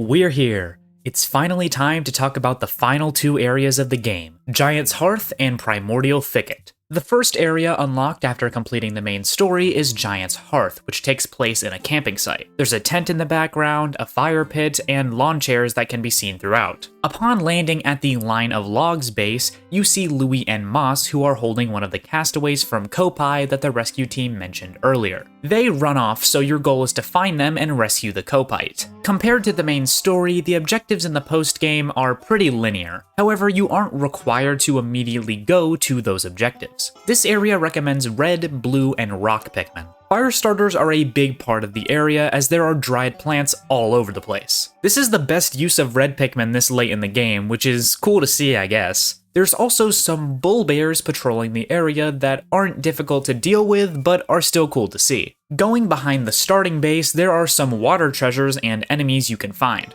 Among these is the Bloomcap Bloister, which is a variant of the ranging and toady Bloisters that combine elements of both creatures. There's a few sprinklers surrounded by two master hops, as well as the first cave of the area, Cradle of the Beast. This is sort of a sequel to the Kingdom of Beasts from the Blossoming Arcadia, but this time purple Pikmin and fire starters are added to the mix. However, there aren't as many Bulborb enemies, and the cave is only 3 sublevels. The cave mainly serves to introduce the Empress Bulblax's rematch, where she can now give birth to the Bulborb larva while fighting it. It's a fun fight, and this cave does give us one of the only treasures that requires purple Pikmin with the giant ham. But unfortunately, even the giant ham can't save this cave from being kind of forgettable and mediocre, to be honest. If this was earlier in the game, I might be more willing to forgive it for the good things it has, like the giant ham. But this is in the post-game, so my expectations are a little bit higher. The first castaway you find in Giant's Hearth is always Don Bergman, a Kopite that looks awfully similar to a rubber ducky-loving captain we know and love. Upon returning to base camp, he tells us how he was on an expedition with Nell the veterinarian and York, who is the Kopite we saw with Louie and Moss. Don Bergman tells us how Louie found them and took their food, which led to them getting separated. So the rescue team decides to keep exploring Giant's Hearth to find York and Nell. Going beyond the sprinklers, there is a fiery Bulblax guarding the second base, the Abandoned Throne. There's another sprinkler beyond the base, but there's a fiery Bulblax in between the sprinkler and the SS Beagle, so you have to take it out, otherwise it'll eat your Pikmin as they run past it. But since you can only take blues across the sprinkler, you have to lead the Bulblax into the sprinkler to put out the fire on its back, like in the Engulfed Castle. It's a creative enemy puzzle that expanded on a previous concept, which is cool to see. Getting rid of the dried plants in this section reveals a Dandori challenge and a paper bag leading down to the starting base. The Dandori challenge is called Aerial Incinerator and focuses on using fire starters, switches, and conveyor belts to complete puzzles and collect treasures with red and winged Pikmin. It's a pretty standard but difficult Dandori challenge all in all. It also uses winged Pikmin in some creative ways, so that's cool. Moving on from the second base, there's a sprinkler here next to a bug-eyed Chromad and another Dandori challenge. Strategic Freezeway is its name, and it uses fire starters in a cave with ice hazards. I feel like I've seen this somewhere before. Jokes aside, it's cool to see this mechanic again, and using raw materials to make a bridge to have easier access to another section of the stage is pretty cool. Continuing in this direction, we loop back around to the first base, but we can also find another cave called Dream Home. This is a toy box style cave that uses yellow, purple, and winged Pikmin. It only has one sub-level though, and while it is pretty big, come on, we're at the end of the game, why does it only have one sub-level? I do like how it brings back the playing cards and the vault you have to unlock to reach the exit, but that's about all it has going for it. It's not a bad cave by any means, and I do like the Mammoth Snoot Whacker, but I just wish it was longer and had more to it. Just beyond the lawn chair, you can build a clay mound that leads up to the last cave, Ultimate Testing Range. Yeah, there's only 3 caves in both this area and the final area, which is kinda disappointing to be honest. Yes, Primordial Thicket has the longest cave sublevel-wise in the entire series, but the other caves are just as short as the ones in the first area. It doesn't bother me too much as it places more of an emphasis on overworld exploration, but it's just kinda weird that they lowered the amount of caves in the last 2 areas. Interestingly enough, the game recommends bringing in white and winged Pikmin for this cave. Considering those are both among my favorite types that I think are handled very poorly in this game, this cave is automatically given a leg up. The cave's main purpose is to give the player more white and winged Pikmin since at this point it's pretty unlikely that they have either onion. Most of the puzzles are industrial with switches and conveyor belts, but they're fun to do with the efficiency that winged and white Pikmin provide. However, the first 4 sublevels don't really have a lot going for them. The abilities of the white and winged Pikmin are barely used, with the game kinda just being like, hey, use the fact that they make collecting items more efficient, when that isn't all that they can do. There are some poison enemies on the first sublevel, and this web here forces you to be strategic about how you use your Pikmin because the wings can get stuck in it. But I wouldn't say that's using their abilities. If anything, it's just actively annoying the player as they have to break apart their squad to destroy the web and collect the castaway. However, the boss at the end almost completely makes up for it, with it being our first story mode encounter with the Man-at-Legs. Unlike in Olimar's Shipwreck tale, this Man-at-Legs is in a huge arena, and there are walls that you can take cover behind, unlike the pots from before. Remember how I praised the Empress Bullblack's fight for incorporating a newer Pikmin type into an old fight to serve as both a callback and reimagining of a boss? Well, it's the same thing here, as winged Pikmin are a no-brainer to use against the Man-at-Legs. However, this is still a pretty difficult fight, and if you aren't careful, it can take out a whole bunch of your Pikmin at once. The optimal strategy is to charge your winged Pikmin at its weak point. However, that requires you to get off of Oatchi, which leaves you more vulnerable to getting shot by the Man-at-Legs turrets. It's a great balance that adds strategy to using Oatchi. Pikmin 4 took a boss that was already one of my favorites in the series and made it even better, which is why this is one of my favorite fights in the entire game. Overall, the ultimate testing range is a pretty standard cave that's absolutely carried by the boss at the end. The rest of it isn't bad, it just isn't anything special and doesn't really take advantage of the Pikmin type abilities that it recommends. Breaking this crystal wall unlocks a new section of the area with the third base, the Central Flame. This is right under the fire pit, which is pretty fun to explore, and there are even some parkour elements to it. At the top are a few treasures and a third Dandori challenge, which means there are the same amount of caves as there are Dandori challenges in this area. This one is called Planning Pools and focuses on using blue Pikmin to collect enemies and treasures in the water. It's kinda difficult, but there's nothing too crazy or memorable about it. Going around the fire pit, you can find a reinforced wall with a Sovereign Bullblacks guarding the rock onion. Part of me was scared after beating the main story that the Pikmin 3 types weren't gonna get onions for some reason, but I'm glad that they're here and the rock one is unlocked after beating a pretty tough enemy. And finally, the last thing to do in Giant's Hearth is the Dandori battle with Louie to save York. This one doesn't introduce any new mechanics, but it uses the fire starters and is much harder than the battles in the main story. I was barely able to beat it on this playthrough, which is crazy. After rescuing York, we take him back to the base camp and the rescue corps concludes that Nell must have been taken to the final area, Primordial Thicket. Obviously, you can unlock the final area without 100%ing Giant's Hearth.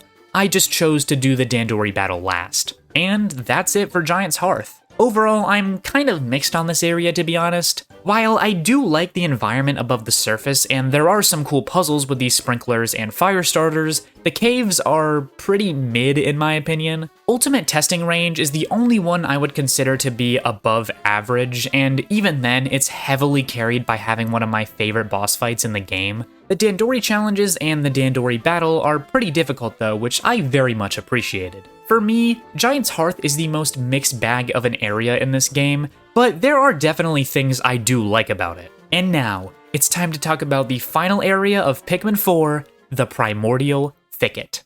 This area takes place in an autumn forest, and it looks really nice. It's definitely one of, if not the most visually appealing area in the game, and wait, is that the Puff Stool? After landing, we immediately see Louie and Moss, who is holding Nell. They run off, so it's up to us to find them and rescue Nell to save Oatchi. This area recommends ice, white, and winged Pikmin, so hoo boy is this gonna be a doozy. There's a lot of poison enemies and sticky mold throughout the area, making great use of the white Pikmin. The first thing I did when landing was to rush to the Autumnal Gully base so that I could get the winged onion as quickly as possible. For this playthrough, I usually tried to do things relatively in order to make it easier to talk about, but in this case, I knew I had to go to the winged onion first because otherwise I would have barely any time to use it. The base is guarded by a Baldy Longlegs, which is the only time we see it in the story mode above the surface. You can also find a Grub Chucker nearby, which I will say is a lot easier to deal with using Ice and Winged Pikmin compared to the original 3 types in Olimar's Shipwreck tale. Another big feature of the Primordial Thicket are the mud swamps. These can be frozen over, but the player can't walk through them, which makes it an interesting mechanic. A new creature can be found in them too, being the Bog Swallow, who can suck up your Pikmin and create catastrophes like this one. Near this base is the next Dandori challenge, being Toggle Training, which mainly focuses on using white Pikmin for their poison immunity and collecting efficiency, as well as using rocks for dealing with enemies. It's a weird but surprisingly useful combination of Pikmin types. There's also a cave in this section, being the Subterranean Swarm. Originally, I thought this was going to be based on the Subterranean Complex from Pikmin 2, but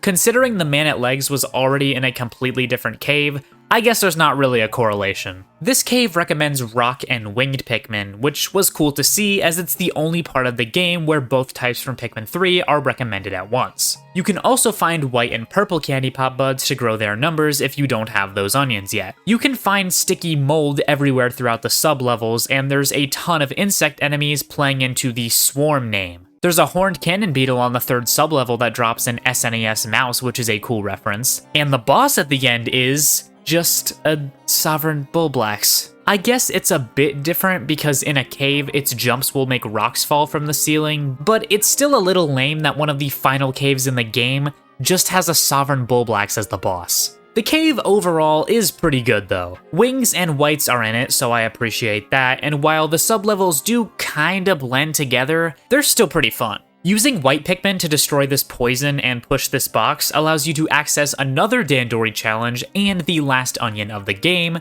the Winged Onion. Seeing this onion have 8 different segments for the 8 different types is really satisfying, especially with the white and purple onions being there for the first time. And that next Dandori challenge is called Cliffhanger's Hold, and not gonna lie, there isn't much to talk about here. It's a fun and difficult stage that uses yellow and rock Pikmin, but there isn't really anything special to highlight about it. Exploring in this direction, there's a bunch of sticky mold and some poison enemies. This is where you can find the Maple Bridge base as well. There's another mud pond next to it with a bog swamp and gasp! There it is. The Puffstool is finally back after more than 2 decades. Man, I can't wait to see the updated Puffmin. Let's fight it. Wait for it.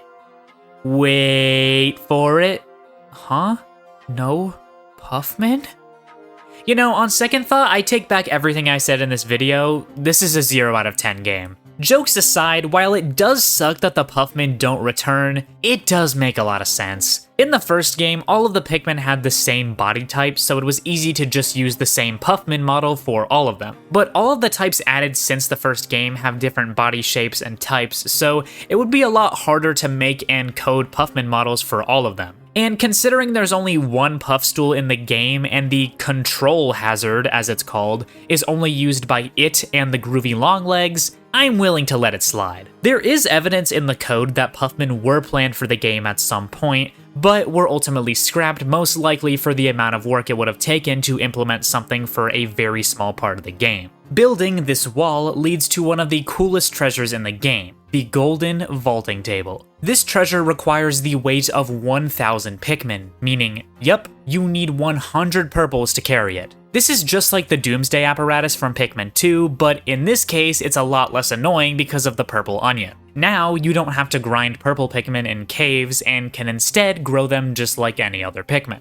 And from what I can tell, this is the only treasure in the game that requires a Pikmin type not recommended in the area, which is pretty neat. It also doesn't take like half the day to carry it back, which I appreciate. Right by the first base is the last normal cave of the game, the Mud Pit. This cave only has 3 sub-levels, but they're all pretty big and focus on the mud mechanic. Winged Pikmin also makes a lot of sense to be used here, as they are the only type that can take treasures and enemies out of the mud, which is sadly one of the only exclusive uses they have, and even then it's barely expanded upon. I do like the darkness of the cave and the enemies you can find, like some bog swallows and a larger version of the icy blowhog called the blizzarding blowhog. The boss at the end, though, is just a bug-eyed Crawmad and 2 hermit Crawmads. Look, I know I criticized the main story for leaving out iconic enemies like this one, but that doesn't mean to do this. Overall, this cave is pretty decent, but only having 3 sublevels and the boss being as boring as it is kinda brings it down for me. And now that we've talked about almost every cave, I think I should give my thoughts on them overall. Yes, I know I haven't talked about Cavern for a King yet, but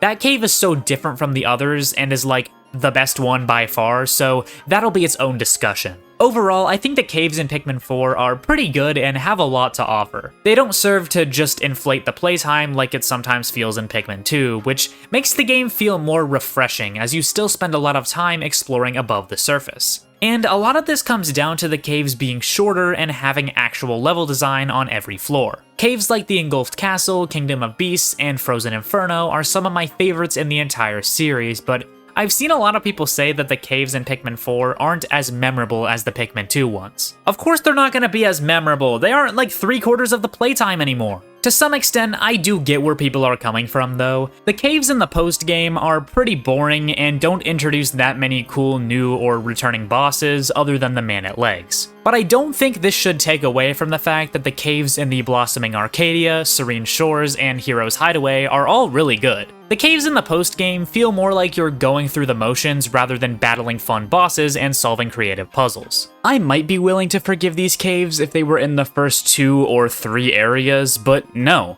Those areas proved that they can have good caves with creative level design, and I don't think it's too far-fetched to expect more out of the caves in the post-game than even the incredible main story ones. This is the most ambitious game in the series, so it's hard to ask for more content from it, but I feel like if anything needed to be added, it was more puzzles and unique enemies in the post-game caves, cause as it stands, they're pretty lackluster. But Cavern for a King almost makes up for it. Building this clay bridge by the Maple Bridge base is the final Dandori challenge of the game, called Oasis of Order.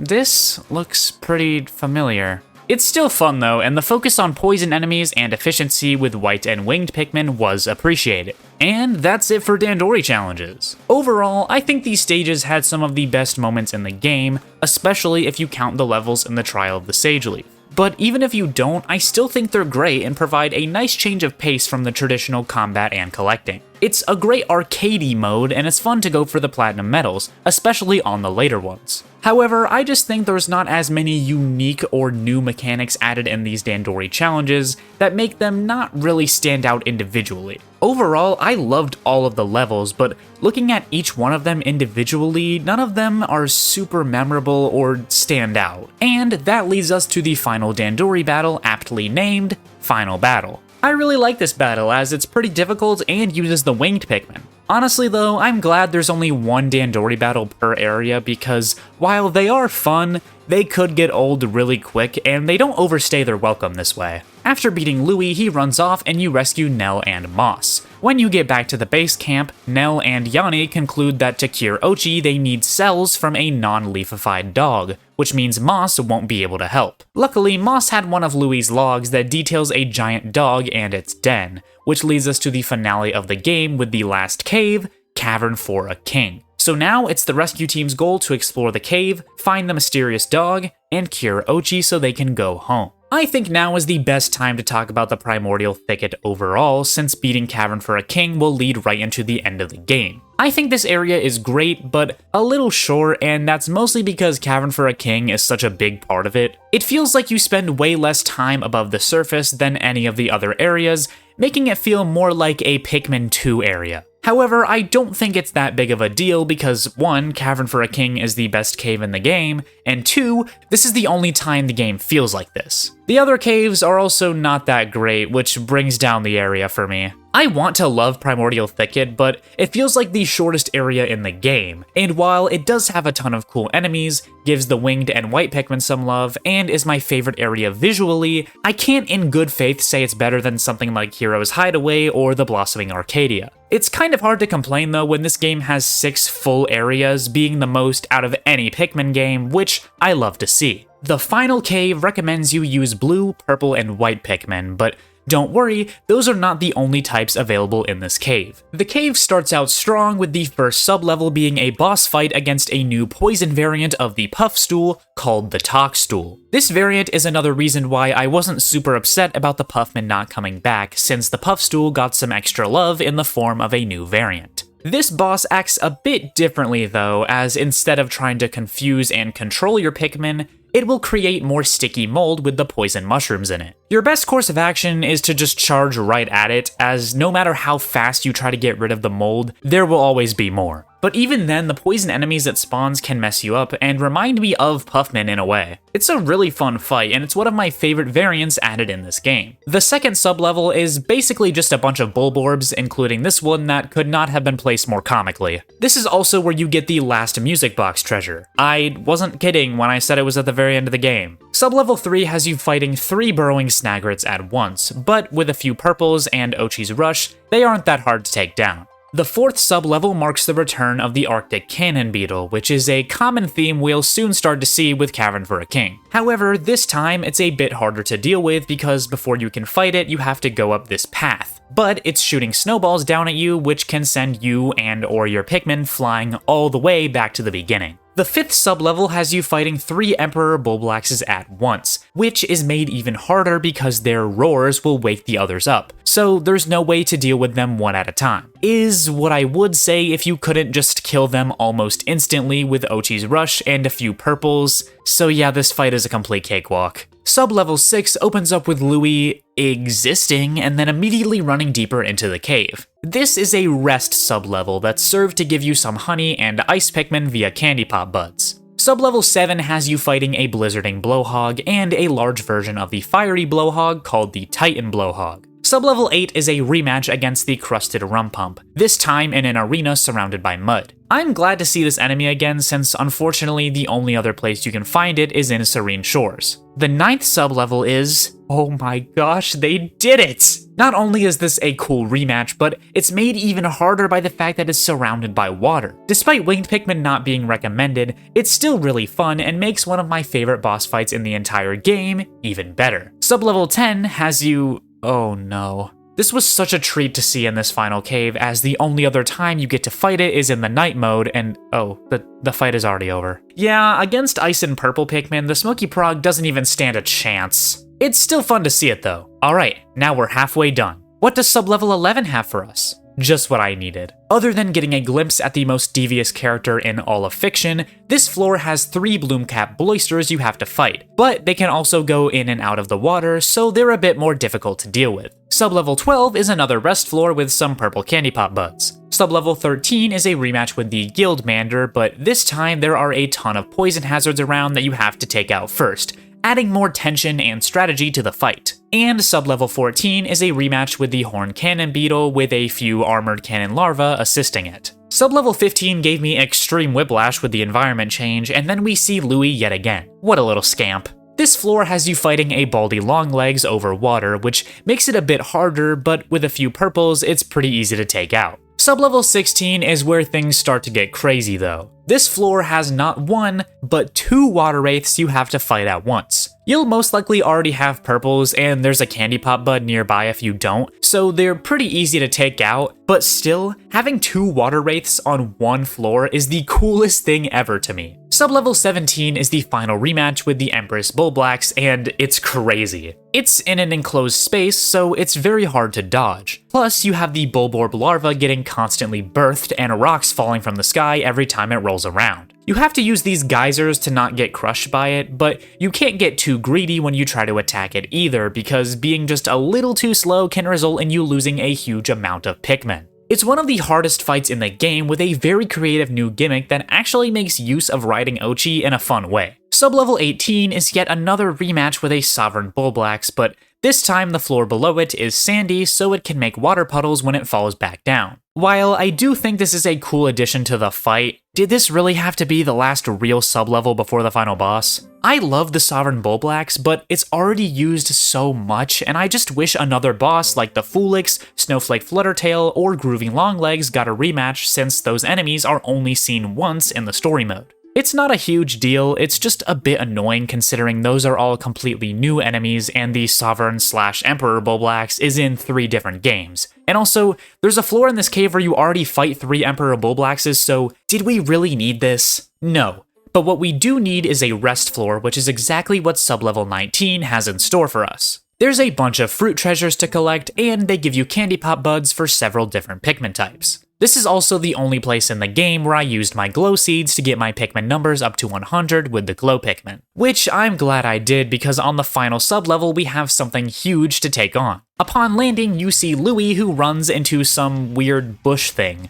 Wait, that isn't a bush. Yep, it's final boss time. This enemy is the Ancient Sire Hound, and it has multiple phases you have to get through. In the first phase, the dog tries to charge and jump at you as rocks fall from the ceiling. To damage it, you have to trick it into charging into one of the fallen rocks, which will let you attach Pikmin to its tail and flip it on its belly, where you can actually deal damage. This mechanic is very similar to the Crusted Rum Pump, where you have to attach Pikmin before you can deal damage, which is a creative way to add strategy to the fight and make it a bit harder. The boss also won't let you one-cycle it because it gets up after losing a certain amount of HP. Its second phase is Ice, where it will shoot snowballs that move around the arena and it will breathe deadly frost from its mouth as it spins around. The key to damaging the dog in this phase is to run behind it while it's breathing out ice and of course attach some Pikmin onto its tail. Phase 3 is Electricity, and it will start by creating these electric ball thingies on the ground that you have to avoid. It'll also do a big attack where it charges and releases a large amount of electricity in areas around itself. The strategy here is to destroy the electric balls with yellow or glow Pikmin, and then, while it's doing the big attack, get behind it where it's open to have Pikmin attached to its tail. Phase 4 is Fire, and it will create fireball thingies on the ground to destroy. It will also shoot fireballs at you and jump to create fire rings you have to avoid. To damage it, you have to wait until it's stomping and creating the fire rings to go behind it and have Pikmin attached to its tail. The final phase is Gloom, which is by far the hardest to beat. It starts by hovering in the air and making little gloom puddles on the ground that will instantly kill your Pikmin if they come into contact with it, just like with the Smoky Prog. It will also create strips of gloom in your direction, which you will have to dodge, but this is when you can get behind it and take it down. However, you need to do this cycle 5 times to beat it, unlike the other phases where it's only 3. Additionally, the Sire Hound can roar, which will send nearby Pikmin into a panic, oftentimes leading them to run right into the gloom and die instantly. Yeah, I wasn't kidding when I said this was the hardest phase. This is also probably the hardest fight in the game. As I said, it was the only time I used glow Pikmin outside of the night mode because it was the only time I felt like I needed to. This is one of my favorite bosses in the series, and it serves as a great final battle for the game.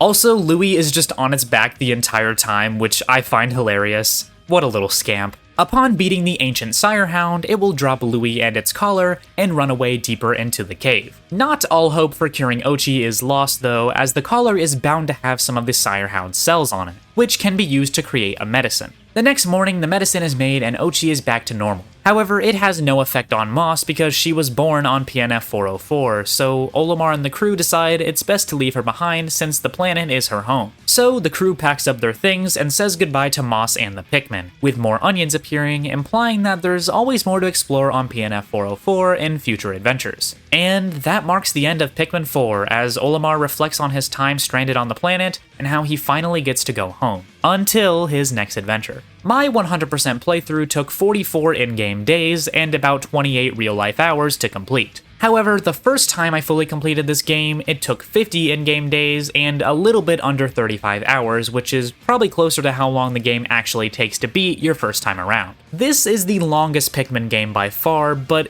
it doesn't really feel that way. There's a lot of things to do, but it's fun the entire time, and the game has a ton of gameplay variety. I think Pikmin 4's greatest strength is that variety, as well as how much freedom the player is given to approach the game from many different angles. Overall, I really like the post-game. I think the new areas are fun despite having some mid-caves, the new modes added provide some of the best content the game has to offer, And the story, while nothing too crazy, is still engaging and serves as a great ending to the game. And that's it for Pikmin 4.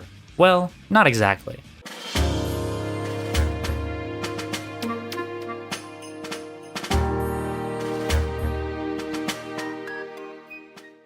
This final chapter is going to serve a few purposes. One, I'm going to be discussing some of the miscellaneous features and mechanics I didn't know where else to talk about. Two, I'll be providing my conclusions for how I feel about Pikmin 4 overall. And three, I'm going to reflect on the game post-launch and give my thoughts on the future of the Pikmin series. So strap yourselves in because we've still got a lot to discuss. Up to this point, I've only mentioned the graphics and music a few times, but they are stellar in Pikmin 4. The Switch One is not a powerful console by any means, and compared to the competition, it leaves a lot to be desired when it comes to the performance department. But games like Monster Hunter Rise, The Legend of Zelda Breath of the Wild, and of course, Pikmin 4 are able to push the Switch's hardware to its absolute limits and create a gorgeous looking game. This time around, the art style is a little more cartoony. Enemies and characters have a glossy feel to them, which works surprisingly well with the realistic looking environments. It uses just the right combination of these two art styles to make the game stand out while also having appealing visuals. The game also does a good job of making each area feel visually distinct from one another. Even areas that are in a similar setting, like the Sunspeckled Terrace and Blossoming Arcadia, have visual elements like the gardening tools and cherry blossom trees respectively that make the areas feel different. The only thing I've been left wondering is why there wasn't a snowy area in this game. Both Pikmin 2 and 3 had one, and considering this game introduces the Ice Pikmin with a ton of snow and ice-themed enemies, it's really weird that the game doesn't have an area dedicated to a cold environment. The soundtrack of the game is also pretty decent. There's serene, exploratory songs with the area themes, quirky and lively tunes to go with the Dandori stages, and of course the awesome boss battle themes. Many bosses also have their own battle themes, which is new for the Pikmin series, though many are just variations of the normal boss music. In previous games, it would just be important bosses that got their own themes, like the final bosses and the Water Wraith, but in Pikmin 4, enemies like the Foolix, the Groovy Longlegs, etc., that you only end up fighting once or twice, have their own battle themes. Even the bug-eyed Crawmad gets one, and it sounds like something ripped straight out of Splatoon. The references are amazing too, with there being many returning themes from throughout the series. You've got mainstay tracks and motifs like the End of Day theme and the Pikmin introduction music, but there's also a ton of other callbacks with new tracks as well. Most of these are found in Olimar's Shipwreck tale with the returning jingles and motifs of the Pikmin 1 area themes found with these new versions of the Pikmin 4 area themes. It's a shame these versions are only used in this mode because they're really good. And as always, many of the tracks are dynamic depending on what the player is doing. Though I would say this isn't used as much in Pikmin 4 compared to previous games. However, I think the soundtrack of Pikmin 4 falls into a common trap for video game OSTs in general. And it's that the soundtrack is great, but listening to it outside of the context of the game, it doesn't feel as good or memorable. The other games in the series, including Hey Pikmin, don't really suffer from this in my opinion. I think a lot of it has to do with the OST of Pikmin 4 having more of an emphasis on ambience rather than the catchy melodies. This makes it work really well in-game, but listening to the tracks on their own, they don't always sound that good. The area themes in Olimar's Shipwreck tale slap though. Overall, the soundtrack is great, but I don't think it's as good as the other soundtracks in the series, and I understand why a lot of people don't like a lot of the tracks here. A big feature I didn't really get to talk about earlier in the game was the rewind function, which is surprisingly controversial among the fandom for some reason. The rewind time feature allows you to reverse your mistakes if you lose a bunch of Pikmin at once or something by letting you go back to an earlier point in the day, or to the beginning of the sublevel you're on if in a cave. This is very similar to just resetting the game or restarting the day as you could in previous games, but this time it's a lot easier and accessible to do. And depending on how far into the day you are above the surface, it'll rewind a minute or two instead of bringing you all the way back to the very beginning of that day. This is also completely optional, by the way, and is accessed through the pause menu. The only times the game prompts you to rewind is when you lose Pikmin by leaving them behind at the end of a day,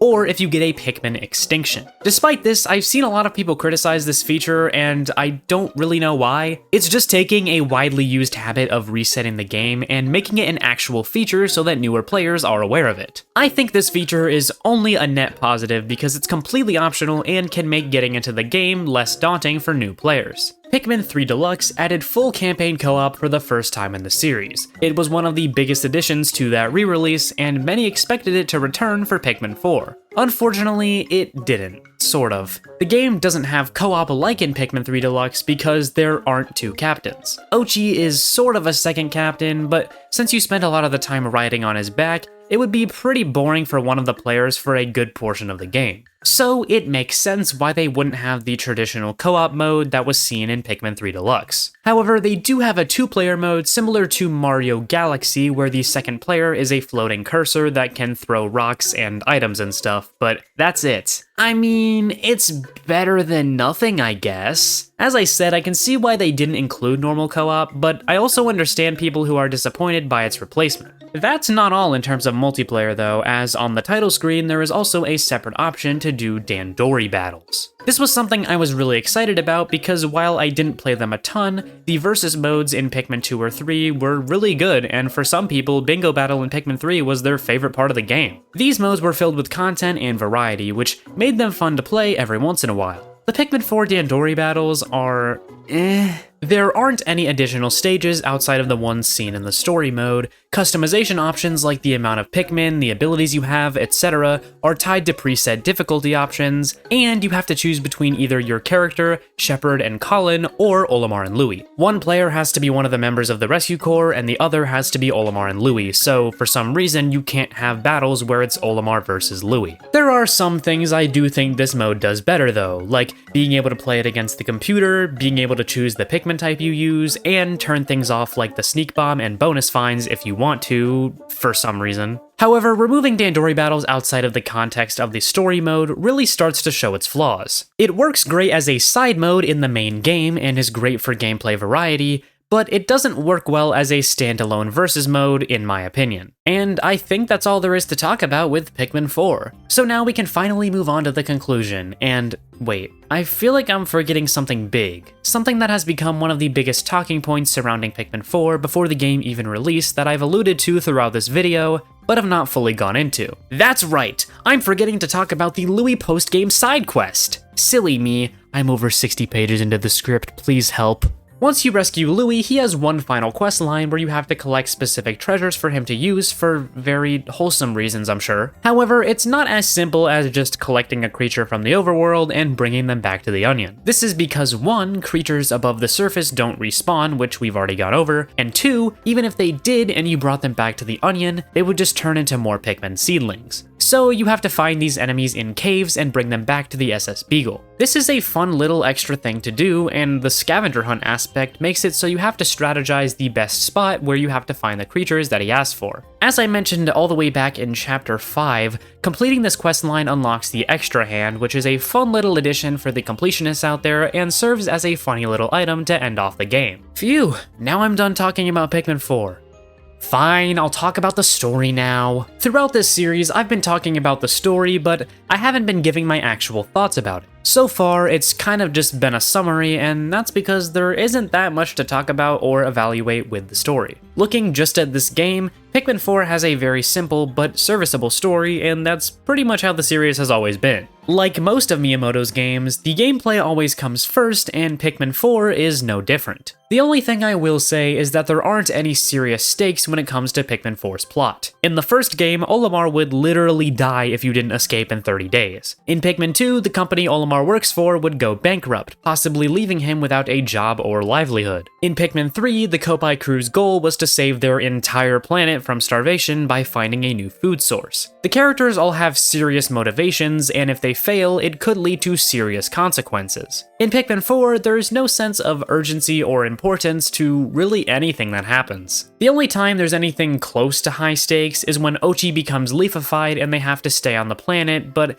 even then, there's not really a rush to cure him at all, as he's acting pretty much the same. The sense of isolation is almost nowhere to be seen, as characters talk to you all the time from base camp, and there are new castaways around every corner. None of this is inherently bad, it's just different. I think it serves this story well enough because of how big the scope of the game is in general. However, it makes the game feel very different compared to the rest of the series, and whether or not that is a good or bad thing is up to you. The main discussion on the story of Pikmin 4 though doesn't have to deal with the main plot, but more so what lies under the surface and how Pikmin 4 fits into the overall Pikmin timeline. Remember all the way back in Chapter 3 when I highlighted 2 things about the prologue that are important to keep in mind for later? Well, in case you forgot, let me refresh your memory. The first thing was that Olimar did not refer to the planet the game takes place on as PNF 404, despite that being what he and the Kopai crew called it in Pikmin 3. The second point was that in the opening cutscene, Olimar implied that when he crash landed on PNF 404, he discovered Pikmin for the first time. All of these point to this game following the bad ending of Pikmin 1, where Olimar doesn't escape in 30 days, his life support fails, and the Pikmin bring him back to the Onion and turn him into Olimar, or a leafling as this game calls it. However, there are other things in this game that contradict this. For one, when Olimar returns to Hakate at the beginning of Pikmin 2, he meets Louie for the very first time before they go on an adventure back to PNF 404. However, when we properly meet Louie for the first time in Pikmin 4, Olimar mentions how he already knows him and treats him as if they've known each other for quite a while. Another thing pointing against this split timeline theory is that Olimar directly mentions Bulbmin in one of his Piklopedia entries, implying that Pikmin 2 already happened. But then you have this voyage log from Olimar that describes Louie eating a bunch of golden Pikpik carrots and putting the company into debt as a bad dream. This is exactly what happens in Pikmin 2, and while this doesn't outright deny that Pikmin 2 has happened, the way that Olimar describes this dream implies that it hasn't. There are way too many things contradicting one another to support that this takes place at any point in the current Pikmin timeline, which must mean this is a reboot for the series altogether. However, since this game takes so many elements from previous games, I like to see it as more of a reimagining of both Pikmin 1 and Pikmin 2 that take place in the modern era. Olimar's Shipwreck tale is basically just Pikmin 1 with elements taken from the bad ending. The entire structure of collecting treasures, exploring caves, and having a more open-ended nature is similar to Pikmin 2. Plus, the post-game follows a very similar format where Louie gets left behind. Then he ends up becoming practically superhuman and makes it through the hardest cave in the game completely unscathed, while also taking control of the final boss. So while this may seem like a cop-out answer, I think the only thing that makes sense is that Nintendo wanted to make this game more approachable to new fans, so they rebooted the series while also making it a reimagining of the first 2 games. And of course, to make the game unique, they sprinkled in some Pikmin 3 references with Dobbs, Nell, and York, and added a ton of new plot points and story beats. When asked about Pikmin 4's connection to other games in the series, Yutaka Hiramuki sort of dodged around the question, ultimately ending his response with, quote, "As for the story's timeline, I'll leave that to the players' imaginations," end quote. I think it's safe to say that the developers are putting the gameplay and outreach of the game above the story and continuity, which is fair. However, they still know that Pikmin fans love to theorize about this sort of thing, so they added little hints and Easter eggs to get fans talking, like the Dollar Store Kopai crew, and later on outright confirming the Umibozu theory through the Pikmin Garden website. My personal theory with the Kopaites is that the next Pikmin game will be a more direct follow-up to Pikmin 4, and will serve as a reimagining of Pikmin 3's story. Since the Kopaites in Pikmin 4 mentioned that they came to the planet to gather treasure to save Kopai from an impending food shortage, it's safe to say that the Kopai food crisis depicted in Pikmin 3 has not yet happened in this new timeline. And considering that Dobbs, Nell, and York are all confirmed to be related to or at least know of Alf, Brittany, and Charlie, the game opens itself up for a possible sequel to be a retelling of Pikmin 3. That's my theory at least. I know it isn't perfect because of things like Bulbmin being mentioned, but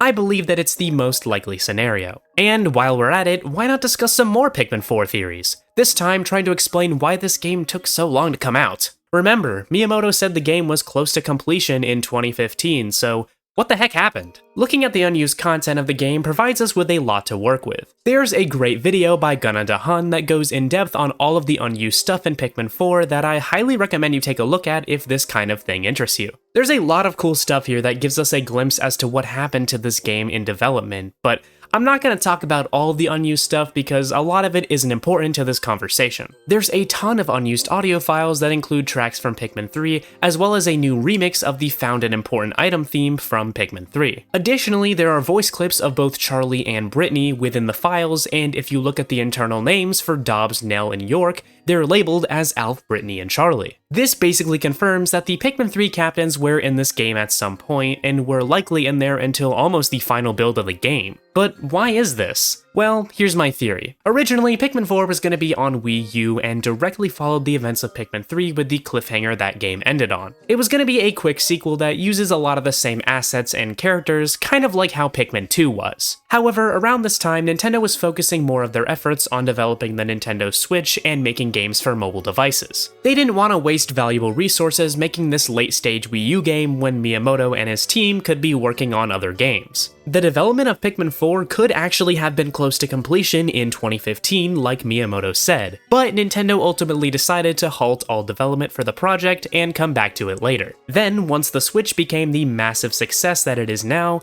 Nintendo decided to pick the game back up and fully continue development and changed a lot of aspects of the game. We probably won't ever know what Pikmin 4 on Wii U looked like or how far into development it actually was, but it's clear that a lot happened behind the scenes and Pikmin 4 was most likely a very different game than it is now. But instead of looking at the past, why don't we look at what's next for the Pikmin series? While DLC for Pikmin 4 is entirely out of the question at this point, with the recent announcement of Switch 2 Edition games, the idea of this game getting new content has become a lot more likely. In fact, I think a Pikmin 4 Switch 2 Edition is pretty likely to happen. It's one of the best looking Switch 1 games, so making it look even better on Switch 2 is a no-brainer. I think the success of Pikmin 4 has made the series a higher priority in Nintendo's mind, with them highlighting it as one of their big series on things like Alarmo and Nintendo Today. Despite this, I don't think the next Pikmin game is gonna come out super early on in the Switch 2's life. I think that a Pikmin 4 Switch 2 edition is possibly in the works as a way to hold fans over for just a little bit until they can get started on Pikmin 5. Hopefully it doesn't take until like 2033 for us to get it though. In terms of what new content the Switch 2 edition of Pikmin 4 could include,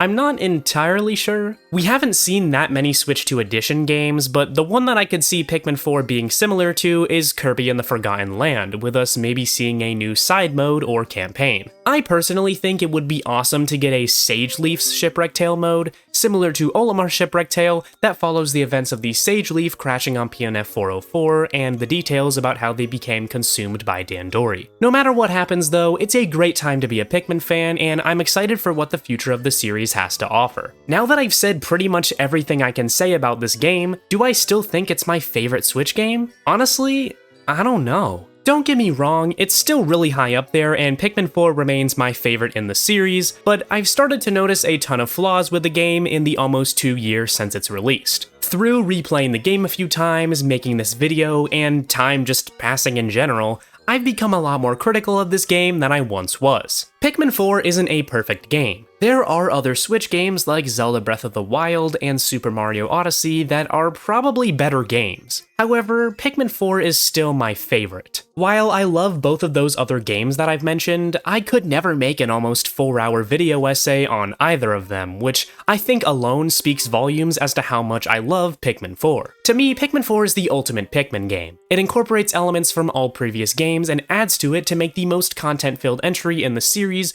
while also having a ton of variety. Pikmin 4 knows how to do references and callbacks right in a way that feels earned. Its story is nothing crazy, but it serves as a great retelling of the first two games, while also having an identity of its own. The game incorporates the core series philosophy of Dandori into every aspect of its design, from exploration, collecting, and combat. Night Expeditions are a new addition that expertly combine Dandori and combat in a way that we've never really seen before, while also making perfect sense. I've seen people say that Pikmin 4 is the least replayable game in the series because of how long it is, but honestly, I couldn't disagree more. When the game came out, I did 5 playthroughs over the course of a month, spending dozens of hours doing different challenge runs and speedruns after I beat the game. And that's what makes Pikmin 4 so magical to me. You have the freedom to play this game in so many different ways, which makes it fun to replay the game over and over again to try something new. Sure, Pikmin 1 may be fun to replay because it has an arcadey gameplay loop and can be beaten in like 3 hours if you know what you're doing, but it's still the same general experience every time. Pikmin 4 is my most played Pikmin game, and I'm not ashamed to say that I've put over 100 hours into it since it came out.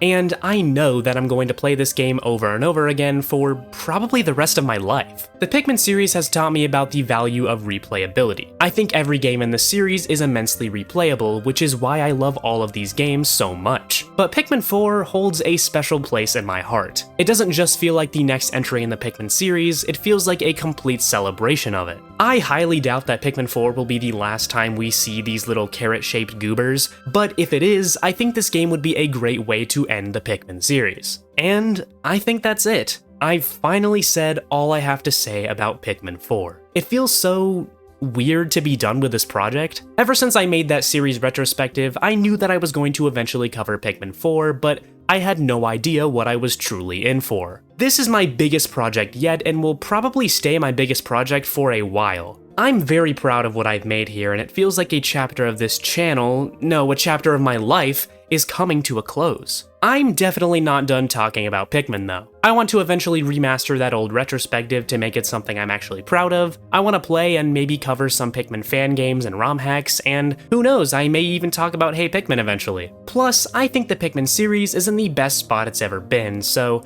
I'm sure we won't have to wait until 2033 for the next game. However, I think I should say goodbye to Pikmin for a bit, at least when it comes to my channel. I have so many more ideas for videos and new series that I want to make, and I'm only just getting started. I'm excited for the future of this channel, and you should be too. I've been MJ, and this is the end of my Pikmin 4 retrospective. Thank you so much for watching, and I hope you enjoyed it.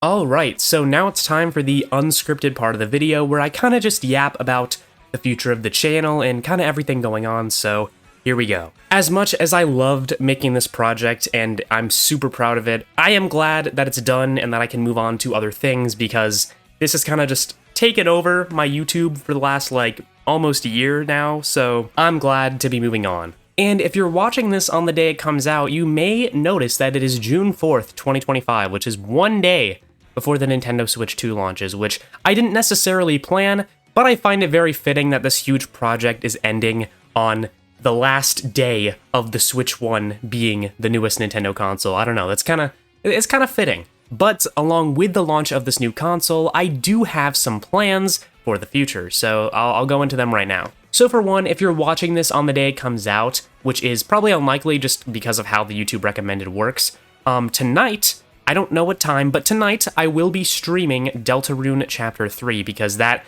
just came out today, and I'm super duper excited for it. And obviously the Switch 2 isn't going to be out, but I still wanted to play Deltarune because it's coming out very close. So if you're watching this on the day it comes out and you want to see that, it should be later tonight, so keep a lookout. And then after the stream, I will be going to the midnight launch of the Nintendo Switch 2. I got a pre-order, going to the midnight launch, it's going to be super fun. And then on the evening of June 5th at 5 p.m. Eastern Standard Time, I will be doing a huge Switch 2 launch stream.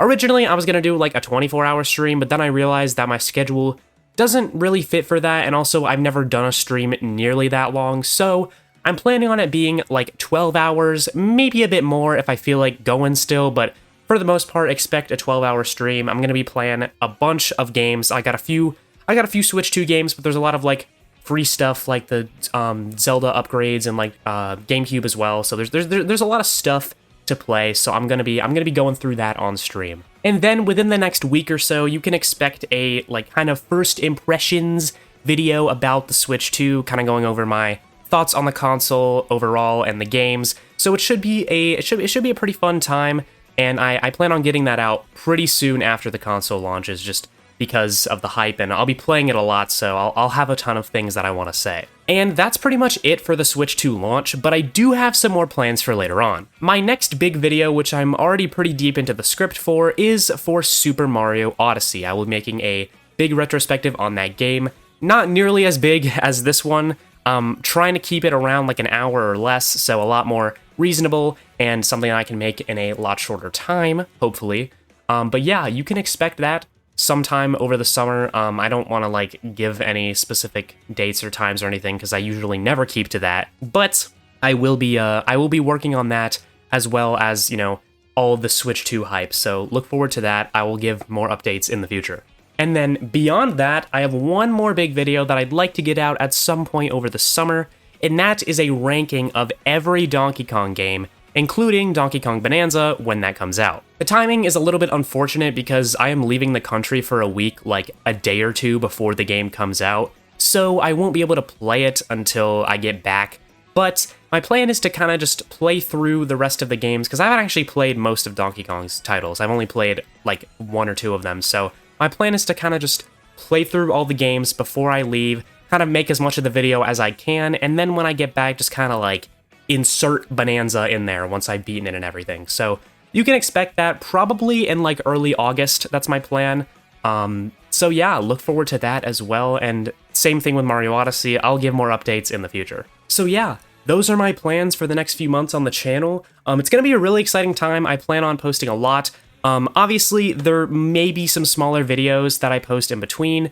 For instance, if there's like just something that I want to say about the Switch 2 that I wanted to make its own video, not in my like, I don't know, like first impressions thing, I might make a video on that. I wasn't planning on making an individual video on Mario Kart World, but if I feel like I want to, maybe I'll do that as well, but it'll probably be small, it won't be anything huge. There's also rumors that a Nintendo Direct will be this month, so if that happens, I'll probably be making a video on that, assuming that I can react to it live and that I'm not doing something else. So yeah, you can expect that if there is a Direct. And within the next few days, there are rumors/leaks about a Persona 4 remake being announced, so if I have something to say about that, I might make a video on that as well, but it's kind of up in the air. For now, I'm just kind of trying to focus on Switch 2 launch and Super Mario Odyssey as well. But if there's stuff, you know, in between that I feel like talking about and I have the time, you can maybe expect some more videos. But that's about all I have to say. Thank you so much for watching again. I'm really excited for the future, and I'll see you next time.